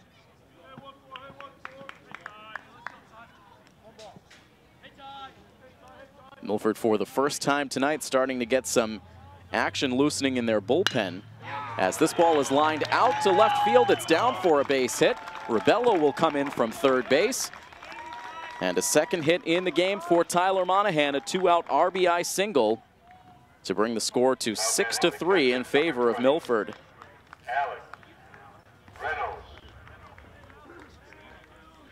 And if I'm not mistaken, it does look like it is Alex Masick who is doing some throwing in the Milford bullpen. You would certainly think that Coach DeVito would want to keep Alex Masick in a starting pitching role in this state tournament. So possible that Alex is just doing some throwing on the side, trying to stay loose for a start, which we think would probably happen on day 3 of the tournament if the rotation unfolds the same way it did in the zone playoffs, with Jonathan Rice starting tomorrow. Alex's last start coming on last Saturday in Leominster, so exactly a week ago. So with all of that time in between, it may very well be just some side throwing getting in for Masick. But nonetheless, he is active in the bullpen right now as the count quickly goes to 0-2 for Alex Reynolds. And now hits this one hard out into left field. Will it hang up? No, it drops in front of Matt Swain. Dropping down for a base hit. Monahan advances to second base. So 3 hits in this inning for post 59. And they have runners at first and second base for Kyle Nocera, who drove in a run last inning with a base hit. We'll try to sneak in a Red Sox update after this next pitch to Kyle Nocera. Here it comes. And it's in for a called strike one. We can tell you that the Red Sox have an early 1-0 lead over the Angels. Hanley Ramirez driving in the first run of the game with an RBI single, bringing Benintendi to the plate. As Nocera fouls a pitch away off to the right, so he drops down in the count 0-2.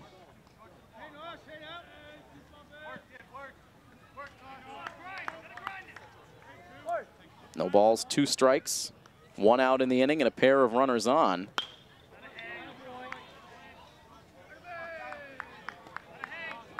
Nocera hanging tough with foul balls, all of them sent off towards the right side, off towards the Fino parking lot, which has been very full throughout the day. Here comes another 0-2, and that misses inside. The inning started off with a single from Sean Rebello. He stole his way into scoring position after the out from Wild. Monahan with an RBI single, Reynolds with a single, so 2 on with 1 out. As Nocera sends another one foul off to the right, this one looping just off behind the bleachers, behind the first base dugout.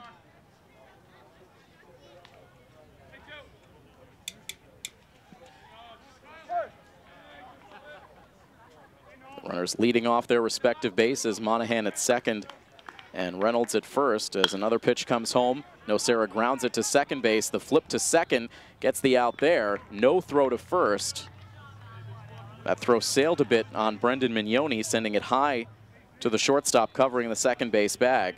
Marzjanek making sure he got that out at second and then just held on to the ball.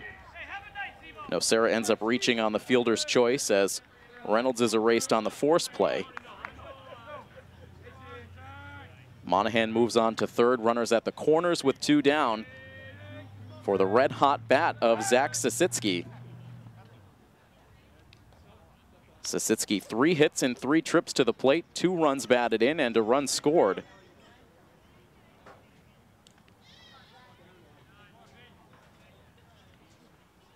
As Goldblatt comes to the set. Here's the pitch, and it's sent foul to the backstop. Once again, Goldblatt paying close attention to that runner at first base, but also has to guard against the lead runner at third, Tyler Monahan.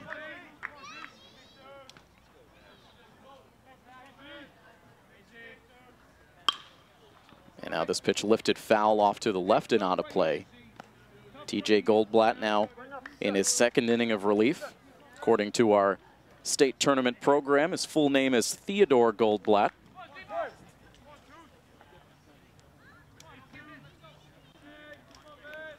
Takes a peek at the runners at first and third before he comes to the set position. Here's his 0-2 to Sasitsky, and it's sent foul off into the trees behind the left field bleachers, and the count stays 0-2. So Goldblatt's been able to get ahead of the last few Milford hitters, but has had a tough time putting them away. Milford battling down in the count.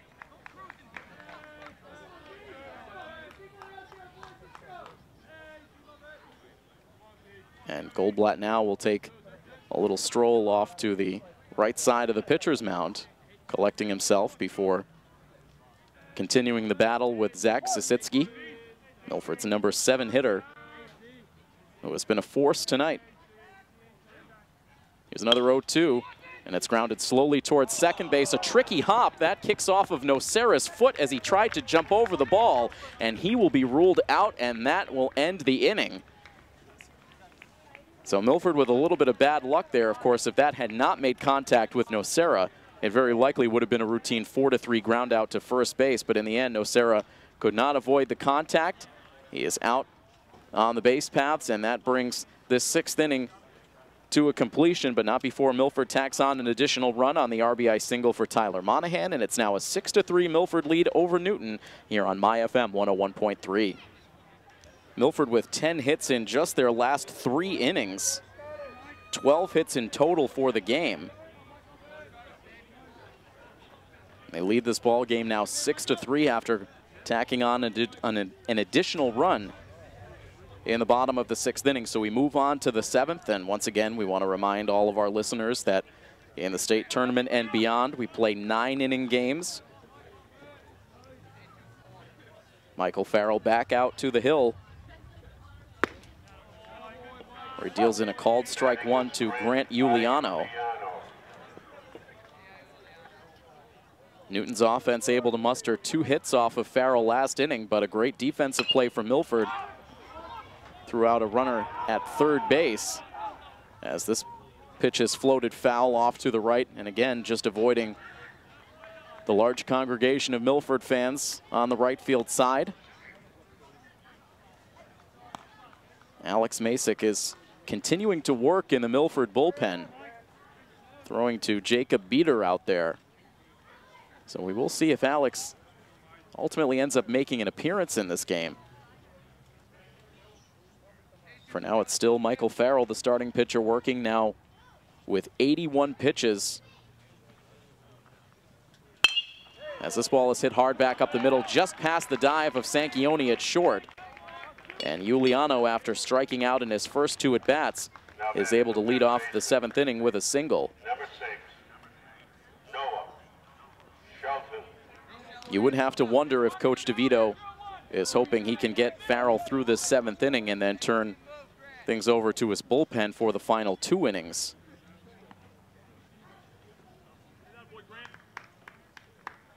But a leadoff base hit here, now 5 hits in the game for post 440. They've been able to get their leadoff man on base the last 2 innings. It was Mike Gately who led off last inning with a single, and then after Matt Swain drove a ball out to left field, Gately was thrown out trying to advance from first to third. Sisitsky and Monahan teaming up for a good defensive play to throw out the runner at third base.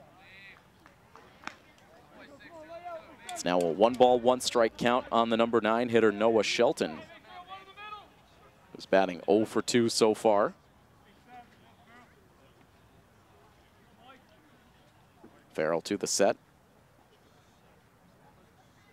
Now his pitch is hit foul and out of play off to the right.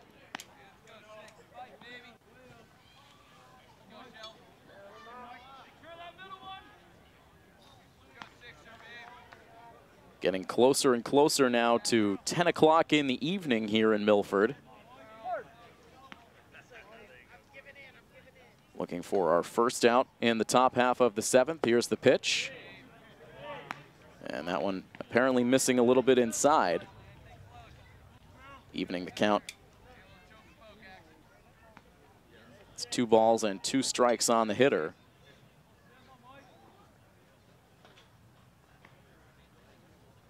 Long hesitation that time for Farrell, and now the pitch is fouled away to the backstop, trying to keep that runner at first base off balance. Farrell's had a pretty quick pace when the bases have been empty, but he has slowed it down considerably with men on.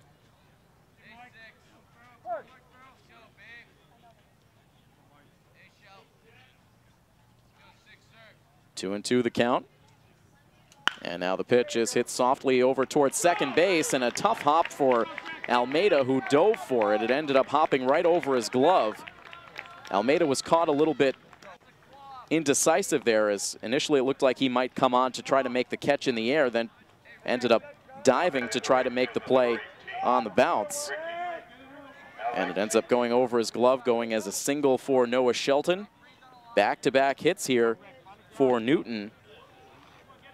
And that will allow them to bring the tying run to the plate with nobody out as they turn their lineup over. Another at bat for Jackson Conerney. So far 1 for 3. His single came in the 3rd inning.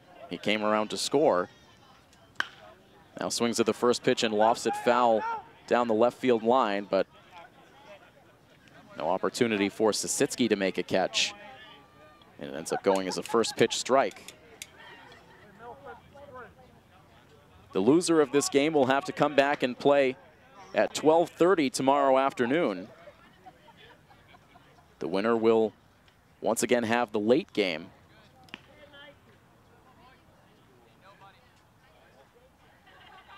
As Farrell brings an 0-1 pitch, it's sent foul over the backstop. And Michael Farrell able to jump ahead. No balls and 2 strikes. Another double-digit strikeout performance for Michael Farrell. He has 10 so far. Now 90 pitches into his outing. As he comes to the set. His 0-2 pitch is hit on the ground towards shortstop. A backhanded stab for Sanchioni. He'll go to third base, where he will cut down the lead runner. A good decision in the end for Sanchioni. You could see the wheels turning as initially he looked towards second base with the possibility of starting a double play ball, but that was hit a little too slowly for Milford to pull off the twin killing, so he ended up making the smart decision to go to third base. So Giuliano is retired on the 6-5 force. Kearney reaches on the fielder's choice, so it's runners at first and second with 1 out. Now a bunt out towards in front of the pitcher's mound. A wild throw from the catcher, Alex Reynolds, that drifts down the right field line, and a run will come in to score to make it a 6-4 game. So Thomas Byrne able to drop the bunt down, sent it about halfway out towards the pitcher's mound. Reynolds out, pounced on it, then threw from his knees to first. The throw bounced in front of the first base bag and then got away from LeBlanc.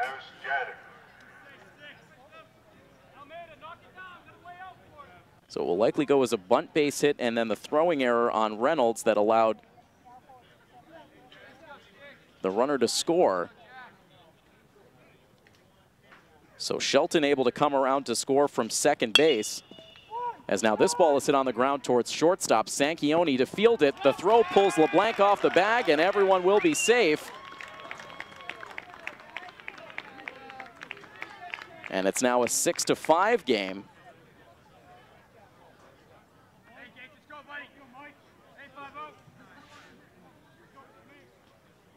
So things tightening up once again.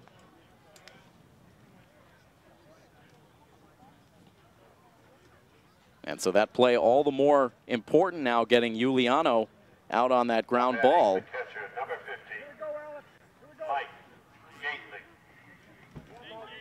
So it's now runners at the corners as all of this has taken place rapidly. For post 440, 2 runs home to make it a 6-5 game. The tying run at third base with only 1 out. The second error of the game for Sanchioni on the ground ball from Jackson Marzjanek. And so another unearned run crossing the plate for Newton, who's right now struck for 2 in this 7th inning. The tying run at third, the go-ahead run at first, as ball 1 is issued to Mike Gately.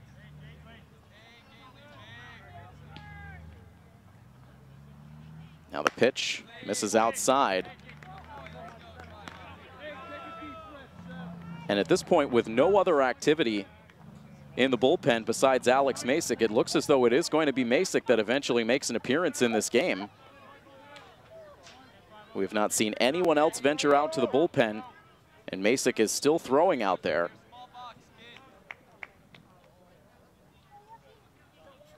Here's the 2-0. It's a line drive out to center field. That drops in for a base hit. Thomas Byrne will come around to score, and once again, this game is tied 6-6. An RBI for Mike Gately, his 2nd hit of the game. And so Milford scoring 5 times from the 4th inning to the 6th to take the lead back in this game. They had a 3-run lead coming into the 7th inning, but they have seen it evaporate.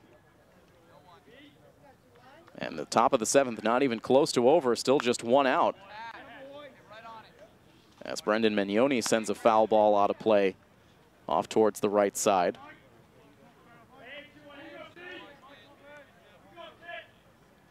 So far, 4 hits in the inning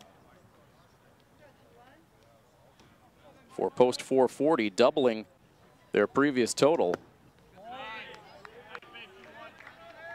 So Michael Farrell, seeming like he is running out of gas in this performance. Pitching well through the first 6, but 4 hits allowed here with a 3rd Milford error mixed in. Seen a total of 6 errors now in the ball game. Here's the 1-1 pitch, hit softly but foul down the 3rd baseline. It kicks off towards the on-deck hitter.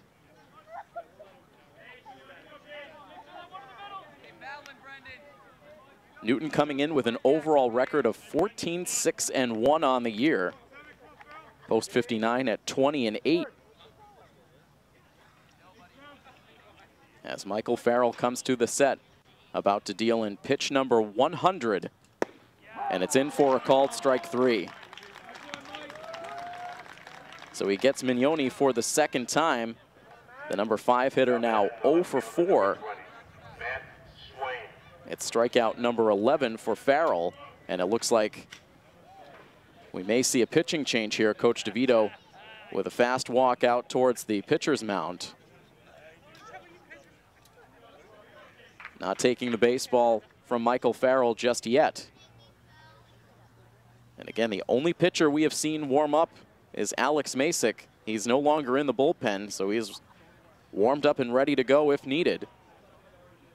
He will not be called upon here, however, as Michael Farrell will remain in the game. Right now it is Jackson Marzjanek who's the lead runner at 2nd base with Mike Gately at 1st.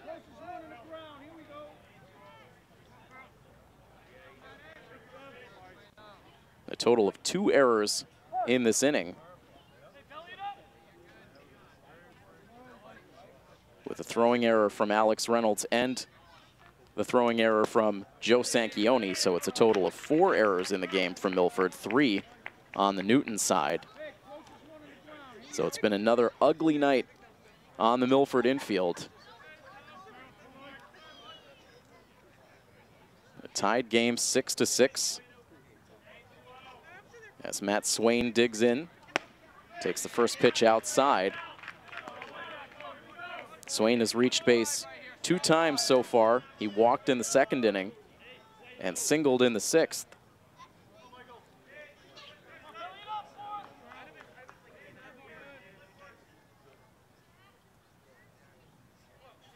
Farrell will look down to 2nd base, now fires to the plate, deals in a strike.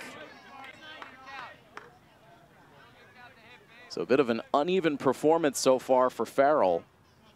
6 runs allowed, but part of that damage, the result of the shaky infield defense.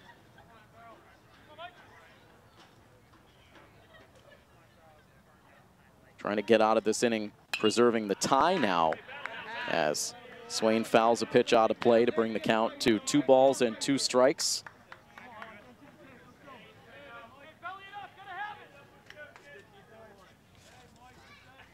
And Farrell now off to the back of the mound for a moment to collect himself.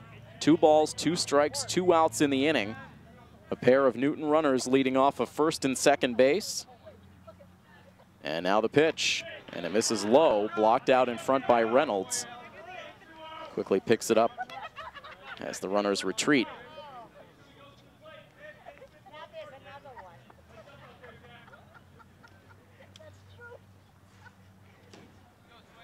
A full count now to Mignoni, and you have to think if Farrell loses this battle, we might see another trip out to the pitcher's mound from Coach DeVito. As now the batter backs out of the box.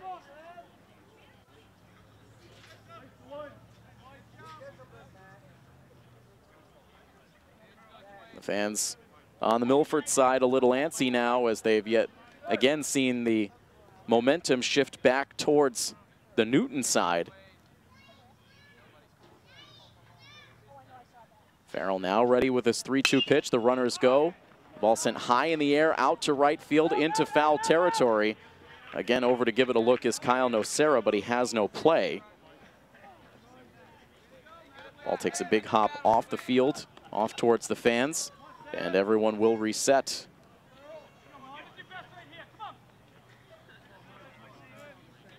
A hit in this situation would certainly give Newton the chance to take the lead with the runners off on the pitch.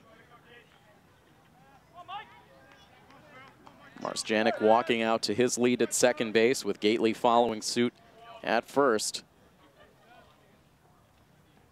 Another 3-2 pitch, and that one misses outside for ball 4. Reynolds tried to pull it back to the corner, but it goes as a walk to Swain.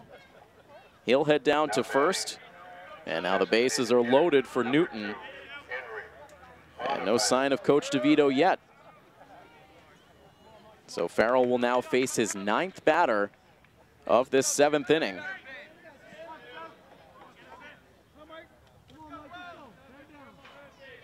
Four hits, 2 errors, and now a walk. 3 runs crossing the plate.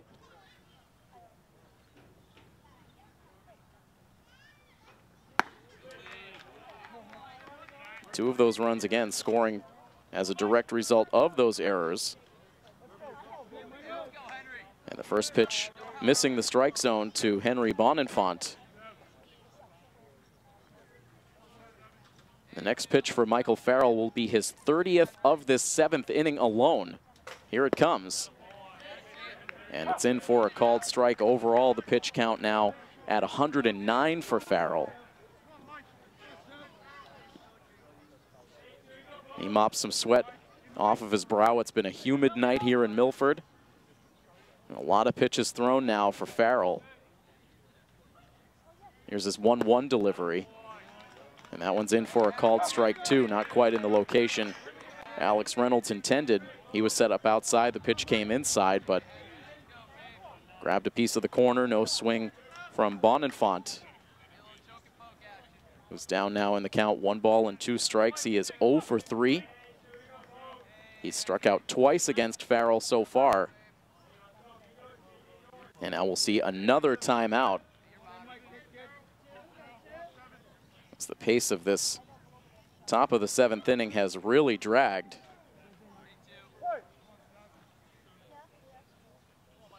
Runners leading at every base for post 440. Here's the pitch. Hit on the ground towards first base. It is a foul ball. LeBlanc was able to snag it right at the corner of the infield dirt. But that one ruled a foul ball. It stays a 1 ball, 2 strike count. We are tied at 6.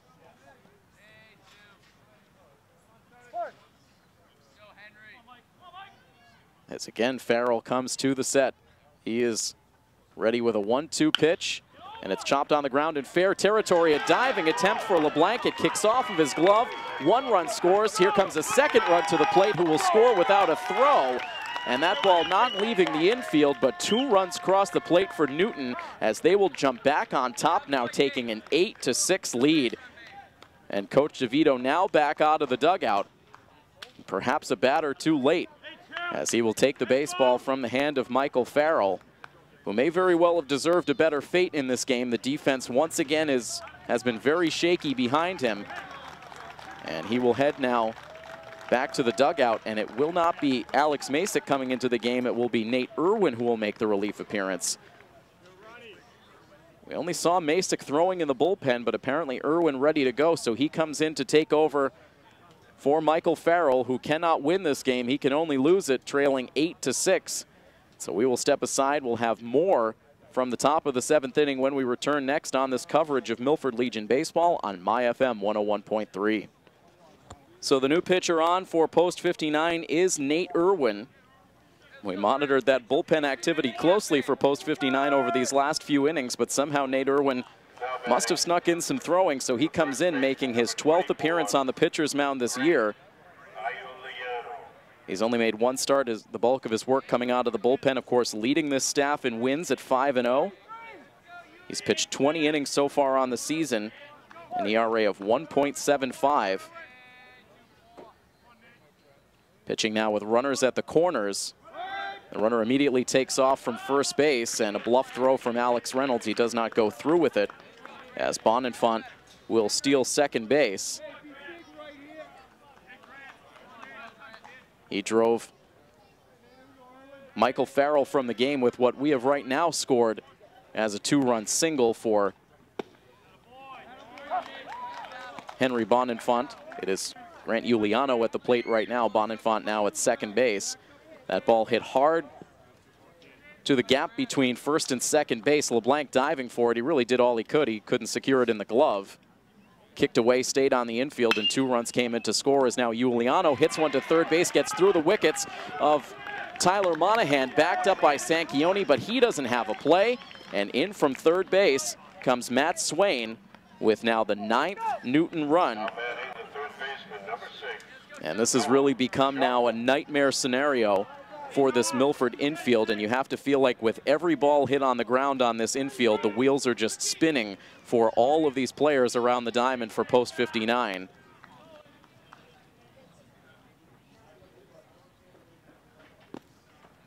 As the pitch misses outside to Noah Shelton. So that should go as a straight E5, which would be the 5th Milford error of the game, allowing another run to score. And it's now a 1-ball, 1-strike count.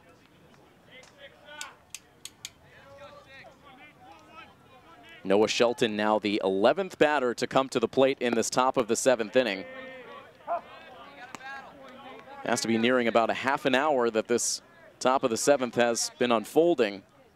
An inning that started out with Milford in front 6-3, now trailing 9-6. As this pitch drops in the dirt, kicks a few feet away from Reynolds, but not far enough for either runner to advance. It's now a 2-ball, 2-strike count.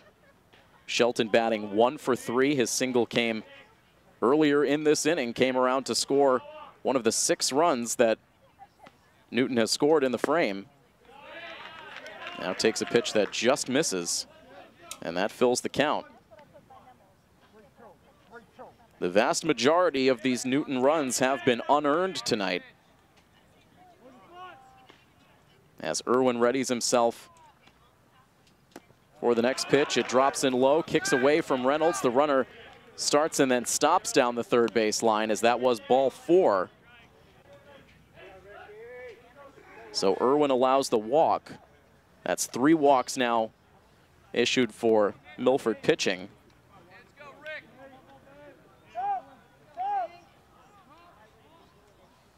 And once again, Newton has the bases loaded. Bonenfant, the runner at third, Giuliano at second. And now first pitch swinging, this ball is sent into the gap out in right center field. 2 runs will score for post 440 on the 2-run single for Jackson Canerney, and it's up into double digits now for the visitors. They take an 11-6 lead. Canerney all over that pitch from Irwin, lining it out to right center field. One is a long single, but no problem for Bonenfant and Giuliano to cross the plate. Shelton goes first to third. And the wheels falling off for post 59 in this 7th inning. As now we see a bunt attempt out of Thomas Byrne. And I beg your pardon, it is not Jackson Canerney, but a pinch hitter, Ricky Alexi, who came through with that RBI single.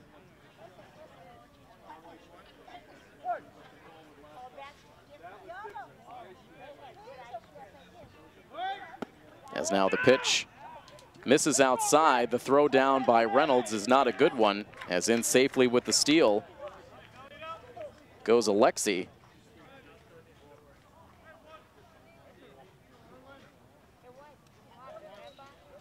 It's a 2-ball, 1-strike count on Byrne. And so a correction now from the home plate umpire. It is a 1-ball, 1-strike count.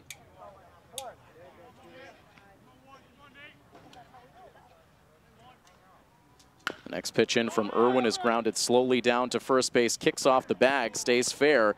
LeBlanc able to handle it, touches first base, and finally this top half of the 7th inning comes to an end. But what a laborious inning it was for Milford. The errors rearing their head again on the infield. Milford entered this inning with a 3-run lead. They leave it now trailing Newton by a score of 11-6. We'll see if Post 59 can regroup in between innings. We'll head to the bottom of the 7th inning next here on My FM 101.3. Milford coming apart at the seams a bit in that top half of the 7th inning. Seeming to be in control of the game after scoring in 3 straight innings. They ended up scoring 5 unanswered runs to take a 6-3 lead over Newton, but that quickly changed as Post 440 was able to do some serious damage in that top half of the 7th inning. 8 runs on 6 hits in an inning that came close to about 40 minutes in length, sending us now well into the 10 o'clock hour, now 10:11 local time. And Milford now at the plate in the bottom half of the 7th inning. A very long wait for TJ Goldblatt, who's back out on the mound. And a 2-ball, 1-strike count to Jake LeBlanc. Seemed like very little communication from the coaches in between innings, as LeBlanc took a big cut at that pitch that missed high. We'll get you another Red Sox update momentarily. A 2-2 pitch now is hit foul off to the right and out of play. The Red Sox with the lead now up to 3-0 over the Angels into the bottom of the 3rd. An RBI double for Mookie Betts, an RBI on a single for Andrew Benintendi, tacking on to the advantage as LeBlanc goes fishing for a pitch down and out of the strike zone. A strikeout for Goldblatt to open up the bottom of the 7th.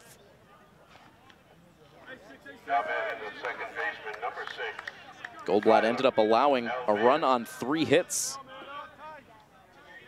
in the 6th inning. Again, at that point, Milford with a 6-3 lead after that RBI single from Tyler Monahan, but a very different complexion to this game now. And as we mentioned, it looked like Coach DeVito was very stoic, just standing at the edge of the dugout in between innings. Not a lot of communication with the players, trying to let the players figure it out for themselves after just a very tough inning. It feels like that infield defense is a mental hurdle this team is going to have to try to climb over if they're going to advance deep into the state tournament. But it was an issue for this team coming in and wasting no time playing a factor out on the field. With 5 errors so far in this game, all of them coming on the infield. Tyler Almeida battling at the plate right now with the bases empty and 1 out. It's a 2-ball, 2-strike count. Almeida is 0 for 3. He's flown out to left, lined out to second, and grounded out to short. Here's the 2-2 pitch, and it's hit back up the middle, and that will sneak out into center field. So there is the first hit for Tyler. Almeida on at first base with 1 out. It's a 5-run deficit for Post 59, so they need base runners and plenty of them. But meanwhile, Coach Greeley now making the walk back out to the pitcher's mound. Will we see another move here on the Newton side?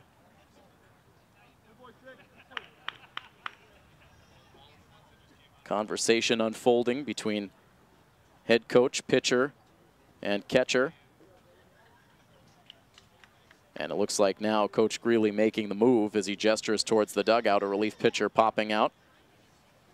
So we'll see if there's a corresponding defensive change as Goldblatt will come out here. He will be replaced by Michael Banks. And it looks like that may be the only change.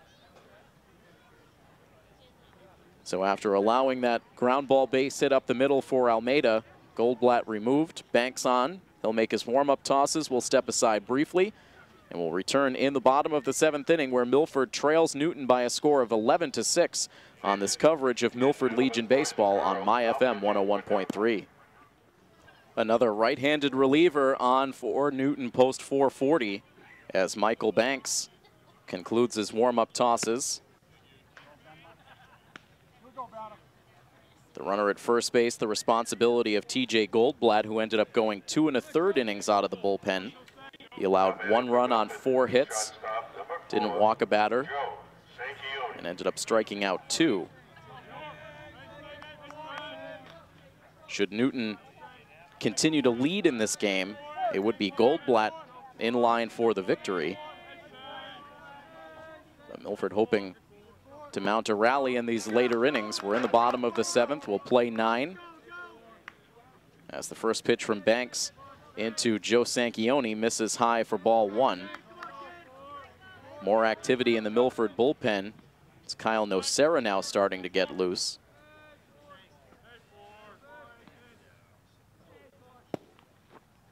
As the pitch is in for a called strike, it popped in and out of the glove of Mike Gately, but ruled a strike. The count evens at 1-1.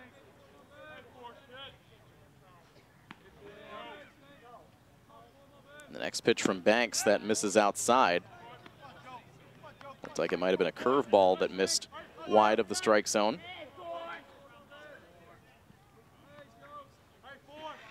Sanchione has 2 hits in 4 trips to the plate, has a run batted in.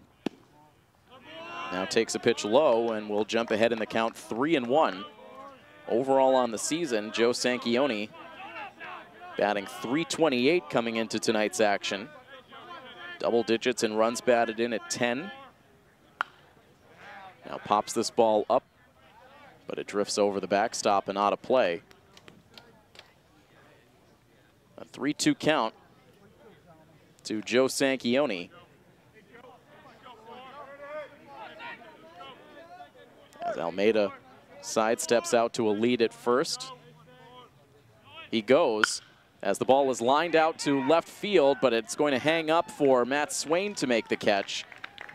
And Almeida able to hustle back to first base with now 1 out in the inning. Now batting in the center fielder, number 8, Sean Rebello. So hard hit by Sanchione, but it ended up in the glove of the Newton left fielder. 2 outs in the inning as Sean Rebello climbs in.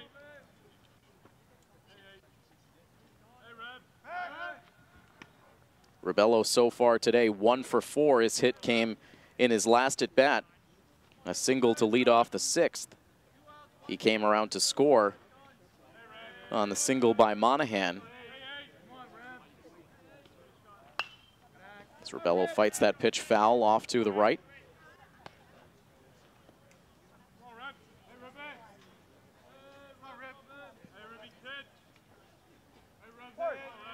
Rebello tonight has also flown out to center, struck out looking, and popped out to shallow right field. As Banks sends a high pickoff throw to first base, pulled down by Grant Giuliano.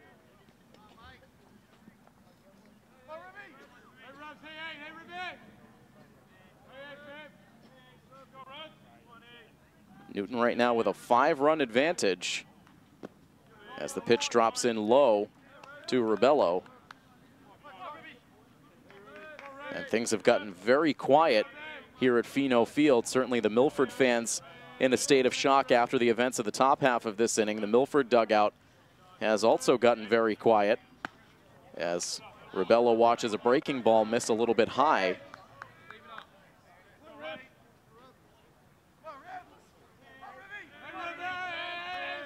Two ball, 1 strike count as a very light breeze starts to blow in towards the plate. Rebello chops this ball over towards second base. A rangy play for Mignoni.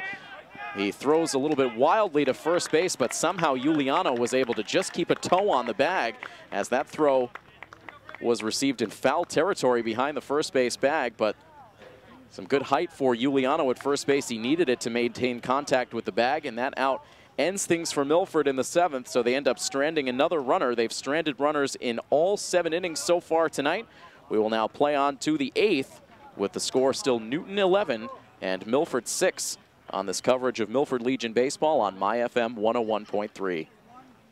Nate Irwin returns to the mound now for his first full inning of relief. He deals in a called strike 1 to Jackson Marzjanek. Has just 1 hit so far in 4 trips to the plate. It was an RBI single all the way back in the 3rd. Now floats one out towards second base, where Tyler Almeida is able to make the running catch. That ball kept slicing away from Tyler, stayed on the infield, and Almeida was able to make the catch. So Marzjanek is retired quickly.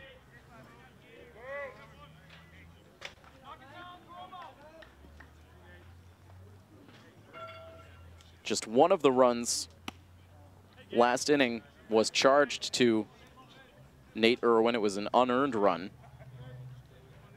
as were most of the runs that Newton scored in that 8-run 7th. Now a 1-ball, 1-strike count on Mike Gately. Sends a fly ball out to left field. In his track, Zach Sasitsky is there to make the catch. Had to range in just about a step and a half to make that play. And so it's 2 quick outs for Irwin in the 8th. Trying to keep this deficit at 5 runs. We know the Milford offense is capable of putting up a lot of runs in not a lot of time. The question is, does this post-59 team have the confidence to mount a comeback after all that's gone wrong for them through these middle to late innings? But first, Nate Irwin trying to get through this top of the 8th to bring his offense back to the plate. It's a 2-ball, no-strike count on Brendan Mignoni.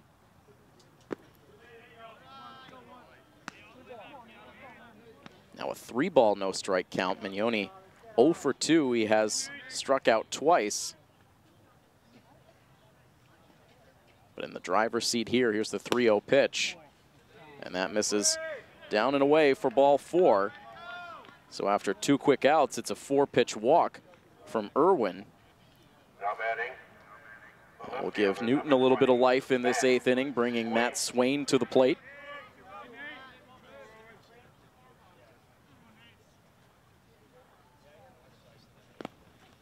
As the first pitch now bounces in the dirt, kicks away from Alex Reynolds, drifts to the backstop, and Mignoni will end up at second base.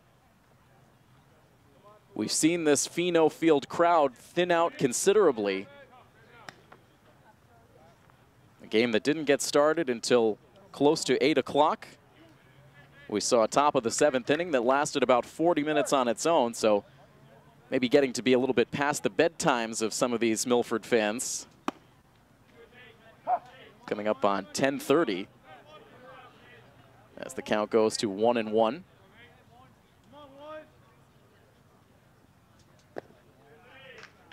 The pitch misses low. Matt Swain has reached base and 3 out of his 4 trips to the plate. A pair of walks in there, also a single.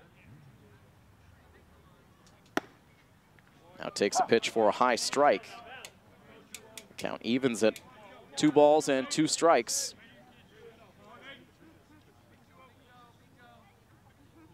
Set by Irwin. Hesitates, now fires to the plate. And the ball hit foul.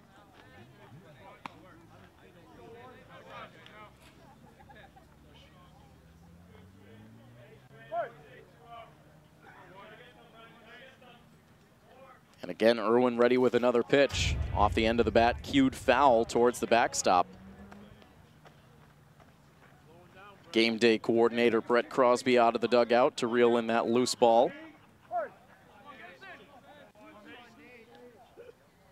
And ready to do it again. The 2-2 pitch misses outside. Again, it gets away from Alex Reynolds. And Mignoni now takes third. So a couple missing the mitt of the catcher. And that allows Mignoni to advance to third.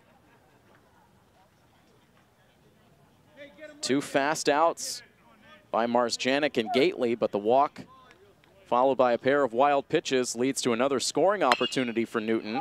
And now a fly ball off the bat of Matt Swain out to center field. Waiting for it to come down is Rebello.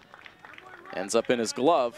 And that will conclude things in the top of the 8th. So in the end, Newton strands that runner at third base.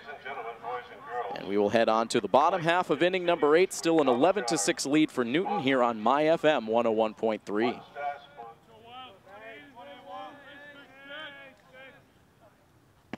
Bottom of the 8th inning getting started here at Pheno Field. Milford will send batters 3, 4, and 5 to the plate. And you'd have to think if Milford is going to provide a late game rally, it's going to happen here in the 8th with their big batters coming up.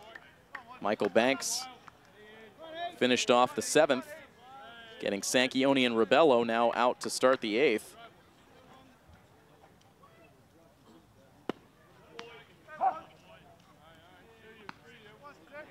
Two balls and one strike the count to Wild, who so far tonight has grounded out to shortstop, reached on an error. Grounded out on a bizarre play up the middle, now hits one again up the middle. A diving play by Marzjanek, the shortstop, to keep it on the infield, but no chance to make a throw to first base. Wild will beat it out for an infield single. Marzjanek looked like he might have injured himself on that dive. Stayed seated on the infield dirt for a moment, but now able to get back to his feet. Looks to be okay.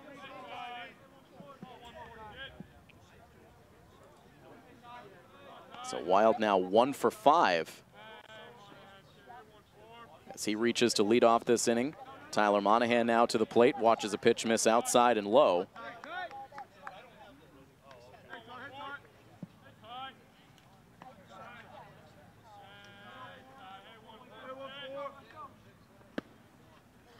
And now there's a called strike, evening the count against Monahan. He doesn't like the call, shakes his head in disagreement.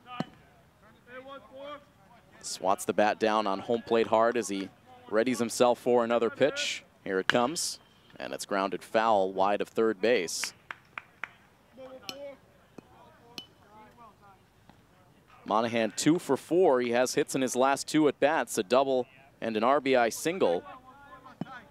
That RBI single at the time giving Milford a 6-3 lead, but that certainly feels long ago now,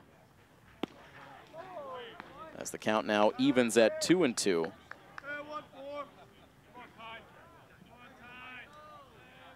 We saw a very light mist falling in between innings. It looks like it has continued here now into this bottom of the 8th inning as Monahan floats one out towards center field. It hangs up long enough for Byrne to make the catch.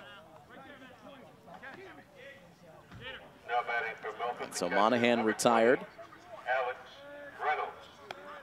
Wild remains at first base now for Alex Reynolds. He also has hits in his last 2 at bats, both of them singles. Was also hit by a pitch back in the 3rd inning, so he's reached the last 3 times he's come to the plate. 2 for 3 overall and takes a first pitch strike. Milford needing some kind of a jolt here as they are quickly running out of outs. Just 5 of them left in this game. As now Reynolds hits one hard up the middle. It sneaks underneath the glove of Marzjanek. Looks like he was maybe trying to shuffle that ball in the glove to second base to start a double play, but the ball slipped right underneath. In the end, it didn't look like the shortstop was able to even get a glove on the ball as he mistimed the play. So that may end up going as a single, or it could go as an error for Marzjanek. But in the end, it's runners at first and second base for post 59 with 1 out in the inning. Kyle Nocera taking a look at ball 1. We've seen Nocera warm up in the bullpen. See if he'll perhaps make an appearance in the 9th inning, or if Coach DeVito will continue to utilize Nate Irwin. Now an even count of 1 ball and 1 strike on Nocera. Kyle, an RBI single back in the 5th. He has also scored 2 runs in this game. Takes a breaking ball that drops in towards the top of the strike zone, bringing it to a 1-ball, 2-strike count. Good pitch out of the righty reliever, Michael Banks. Comes back to the set. That was 1-2. And Nocera just able to get a piece, and that one getting the catcher in a tough spot. He is doubled over in some pain behind the plate. And so the home plate umpire will make a slow walk out towards the pitcher's mound to hand deliver the baseball as Coach Greeley now comes out of the Newton dugout. And it seems like he should be okay to continue. Right now it is a 1-ball, 2-strike count on Nocera. And if Milford cannot change their fate over the remainder of this game, they would go into the losers portion of the bracket, sending both Zone 4 teams to that losers bracket. Milford would end up playing Somerset tomorrow at a 12:30 start time.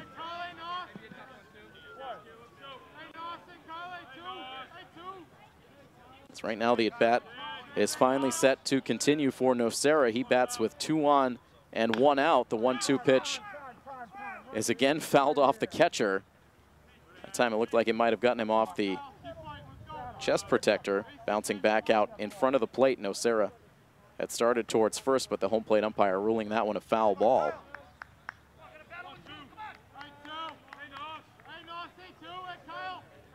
Milford trying to manufacture some energy in their dugout. It's been a lethargic sort of energy coming out of that Milford dugout ever since that top half of the 7th. Here's the 1-2 pitch. It's hit hard back up the middle, and that will make its way out into center field for a hit, and a stop sign thrown up by Coach DeVito as Aiden Wild was charging hard around third base. And a surprisingly conservative play from Coach DeVito as he didn't want to risk making the out at the plate. Aiden Wild, one of the faster base runners on this team, but Coach DeVito not wanting to risk making the out at the plate. And so instead, it will be a bases loaded opportunity for Zach Sasitsky on after the single by Nocera. So 3 hits now in this inning for Milford.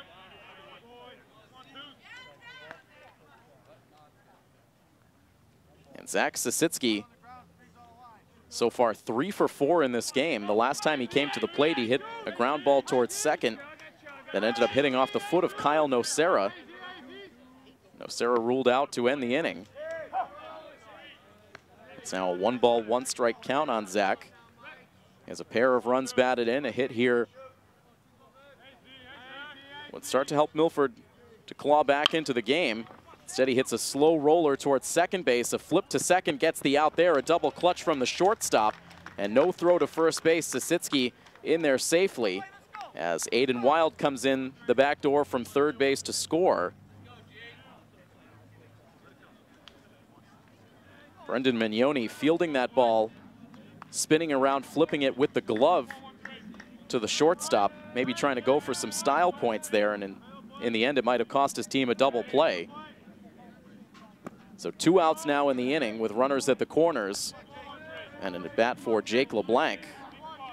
So Sasitsky will earn his 3rd run batted in of the game on that fielder's choice.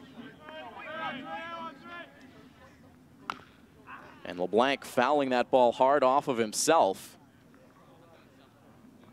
Might have gotten him off of the left shin. 11-7 now the score. First baseman, number 13, Jake LeBlanc. Milford would need another runner to reach here in the 8th inning to have a chance to bring the tying run to the plate. Here's the 1-1 pitch now as the at-bat continues for LeBlanc. He hits it on a couple of bounces towards shortstop.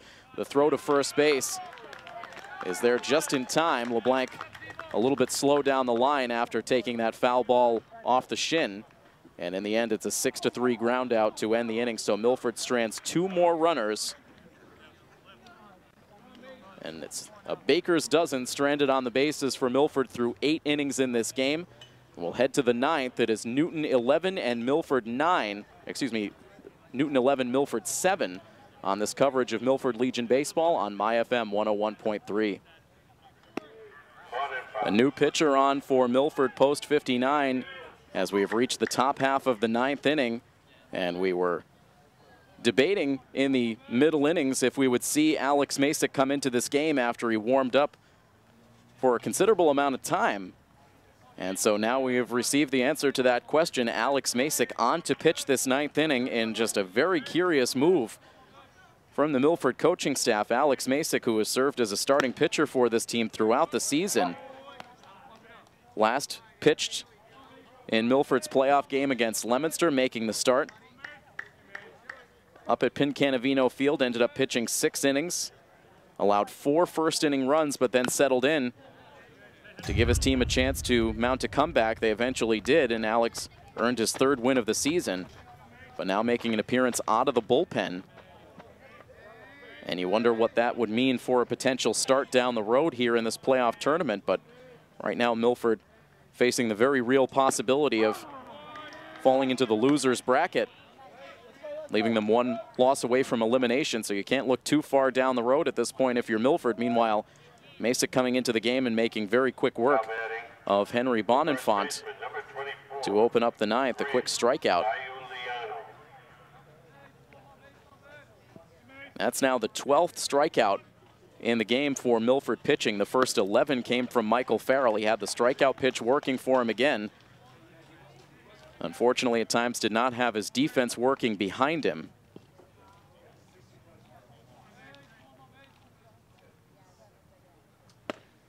And now the pitch into Giuliano, misses down and in. Grant Giuliano, 1 for 4. He has a single, a pair of strikeouts. He also reached on an error and came around to score.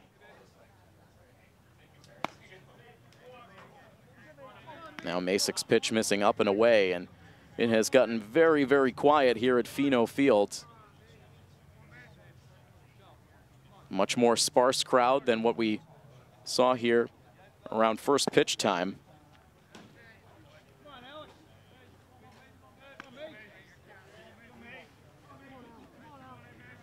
This game started right around 7:50.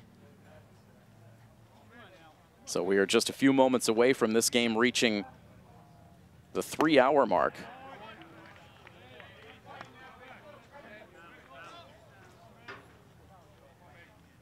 Giuliano now battling to a 3-ball, 2-strike count as Masick accepts the sign from Reynolds. The windup and the pitch, and it is swung on and missed.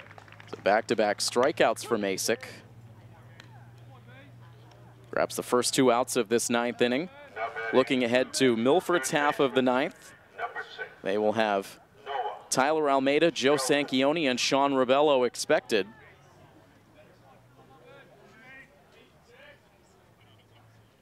Trailing by at least 4 runs, Masick hoping to keep the deficit there as he deals ball 1 into Noah Shelton.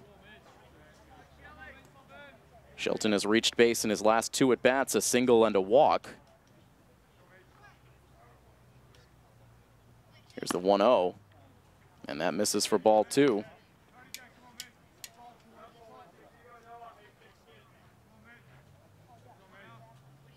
Quiet in both dugouts right now with the bases empty and 2 outs in the top of the 9th. Here's the 2-0 pitch. That hits the outside part of the plate.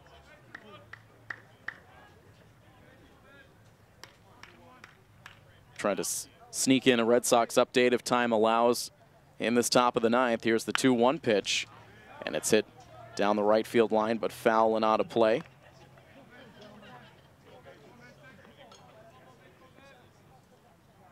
And it looks like things have started to go awry for the Red Sox as well, as they now trail the Angels by a score of 4-3. Here's the 2-2 pitch into Shelton, and it is fouled away.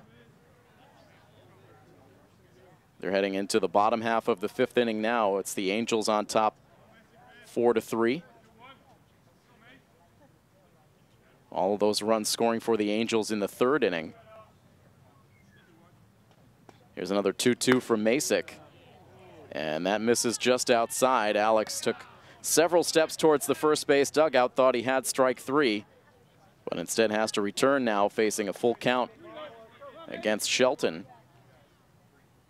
Here's the payoff pitch now. It's floated through the right side of the infield for a base hit.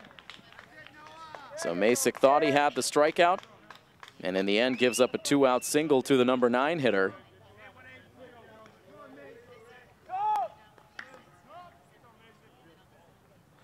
And so that is now the 11th hit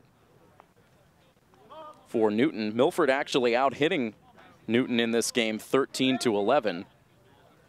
But it is Newton who leads where it counts. In the run column, up 11-7, and now a 2-out base runner gives an opportunity for Ricky Alexi to take another at bat. Took over for Jackson Conerney midway through this game. Now batting number 18, Ricky Alexi. Sends the first pitch foul off to the left and out of play.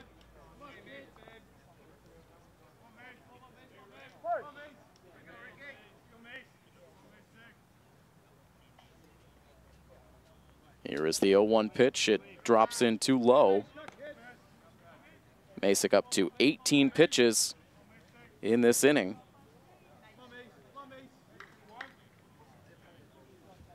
Comes back to the set with that runner leading off of first base. It's a swing and a miss. That pitch had a lot of late life on it from Masick.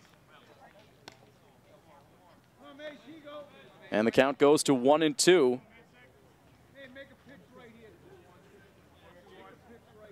Alexi singled to drive in a run his last time up.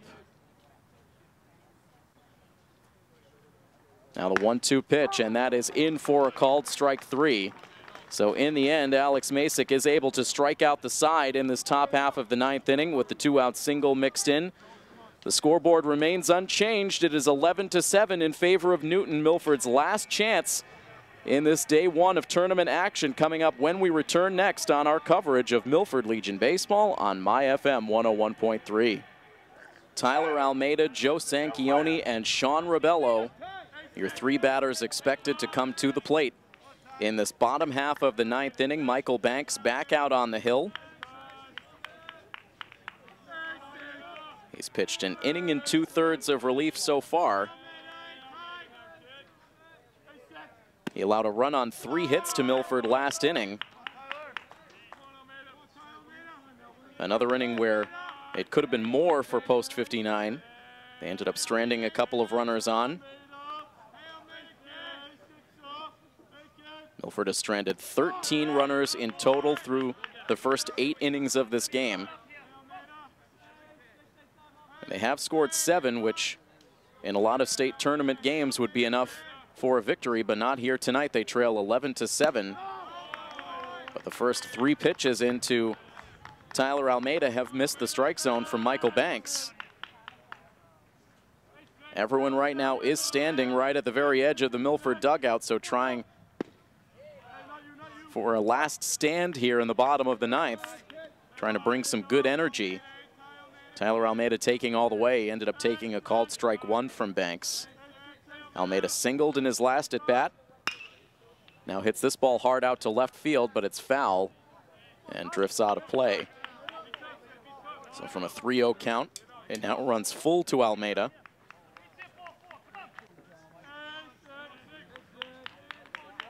Unless Milford can mount a comeback, they will have a little more than 12 hours to recover from this game. Coming back tomorrow afternoon as Almeida now bounces one to second base. Mignoni plays it and throws to first.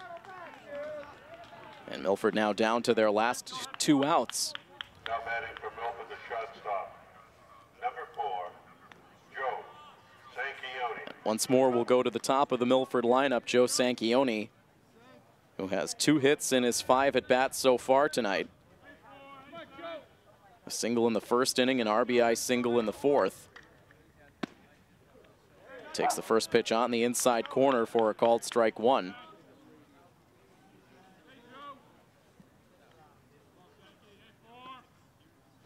Banks back into the windup. His pitch is a wave and a miss from Sanchioni. Chased one that darted outside and low. 0-2 the count, and Banks quickly ready with another pitch. It's swung on and missed. Briefly gets away from Gately, but he'll send the throw down to first base. And Sanchioni down on the strikeout. Now batting the center fielder, And Milford going quickly and quietly so far in the 9th inning. It leaves the game in the hands of Sean Rebello, who so far tonight has flown out, struck out, popped out, singled, and grounded out.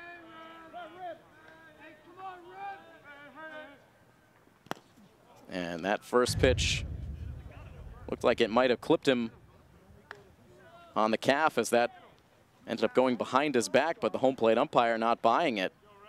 Said he got the feet out of the way, so Rebello will dig back in with a 1-ball, no strike count. And now that pitch bounces in.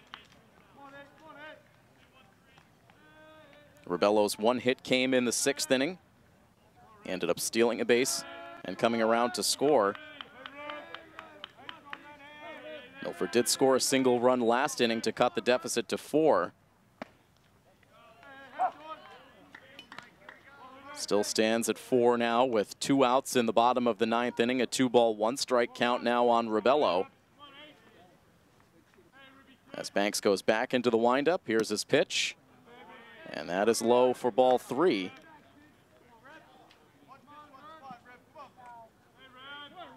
Should Rebello reach, Aiden Wild would be your next hitter. Here is the 3-1 offering. And Rebello takes it for ball 4. So Milford with a glimmer in this 9th inning as Rebello works the 2-out walk. And that will send Aiden Wild to the plate. He reached on an infield single to open up last inning, eventually came around to score on a ground ball on the infield by Zach Sisitsky.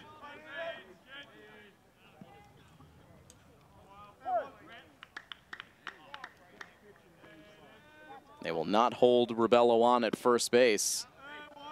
He does not go on the first pitch, which is in for a called strike. Overall, Wild 1 for 5.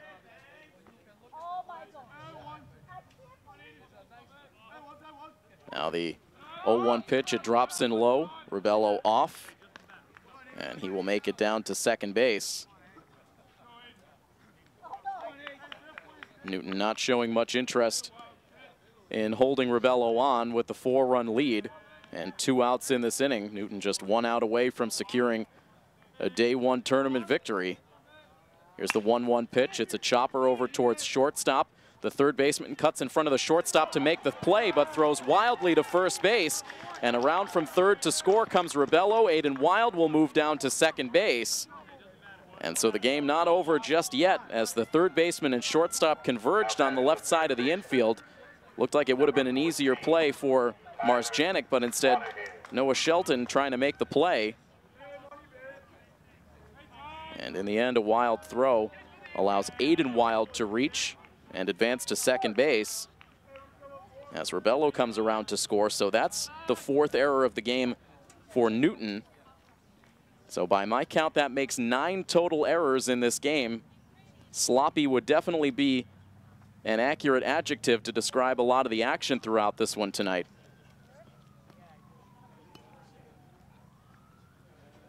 It's 11-8 now. Milford would need another base runner to bring the tying run to the plate. There are 2 outs as Tyler Monahan takes the first pitch strike. Monahan 2 for 5 with a run batted in and a run scored tonight. And now chops one foul off to the left side to bring the count to 1-1.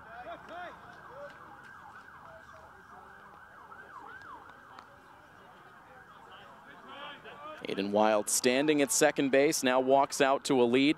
It is an 0-2 count on the batter. So Milford down to their last strike. As Banks comes to the set, here's his 0-2 pitch. It drops in the dirt, and Monahan stays alive. Now a 1-ball, 2-strike count.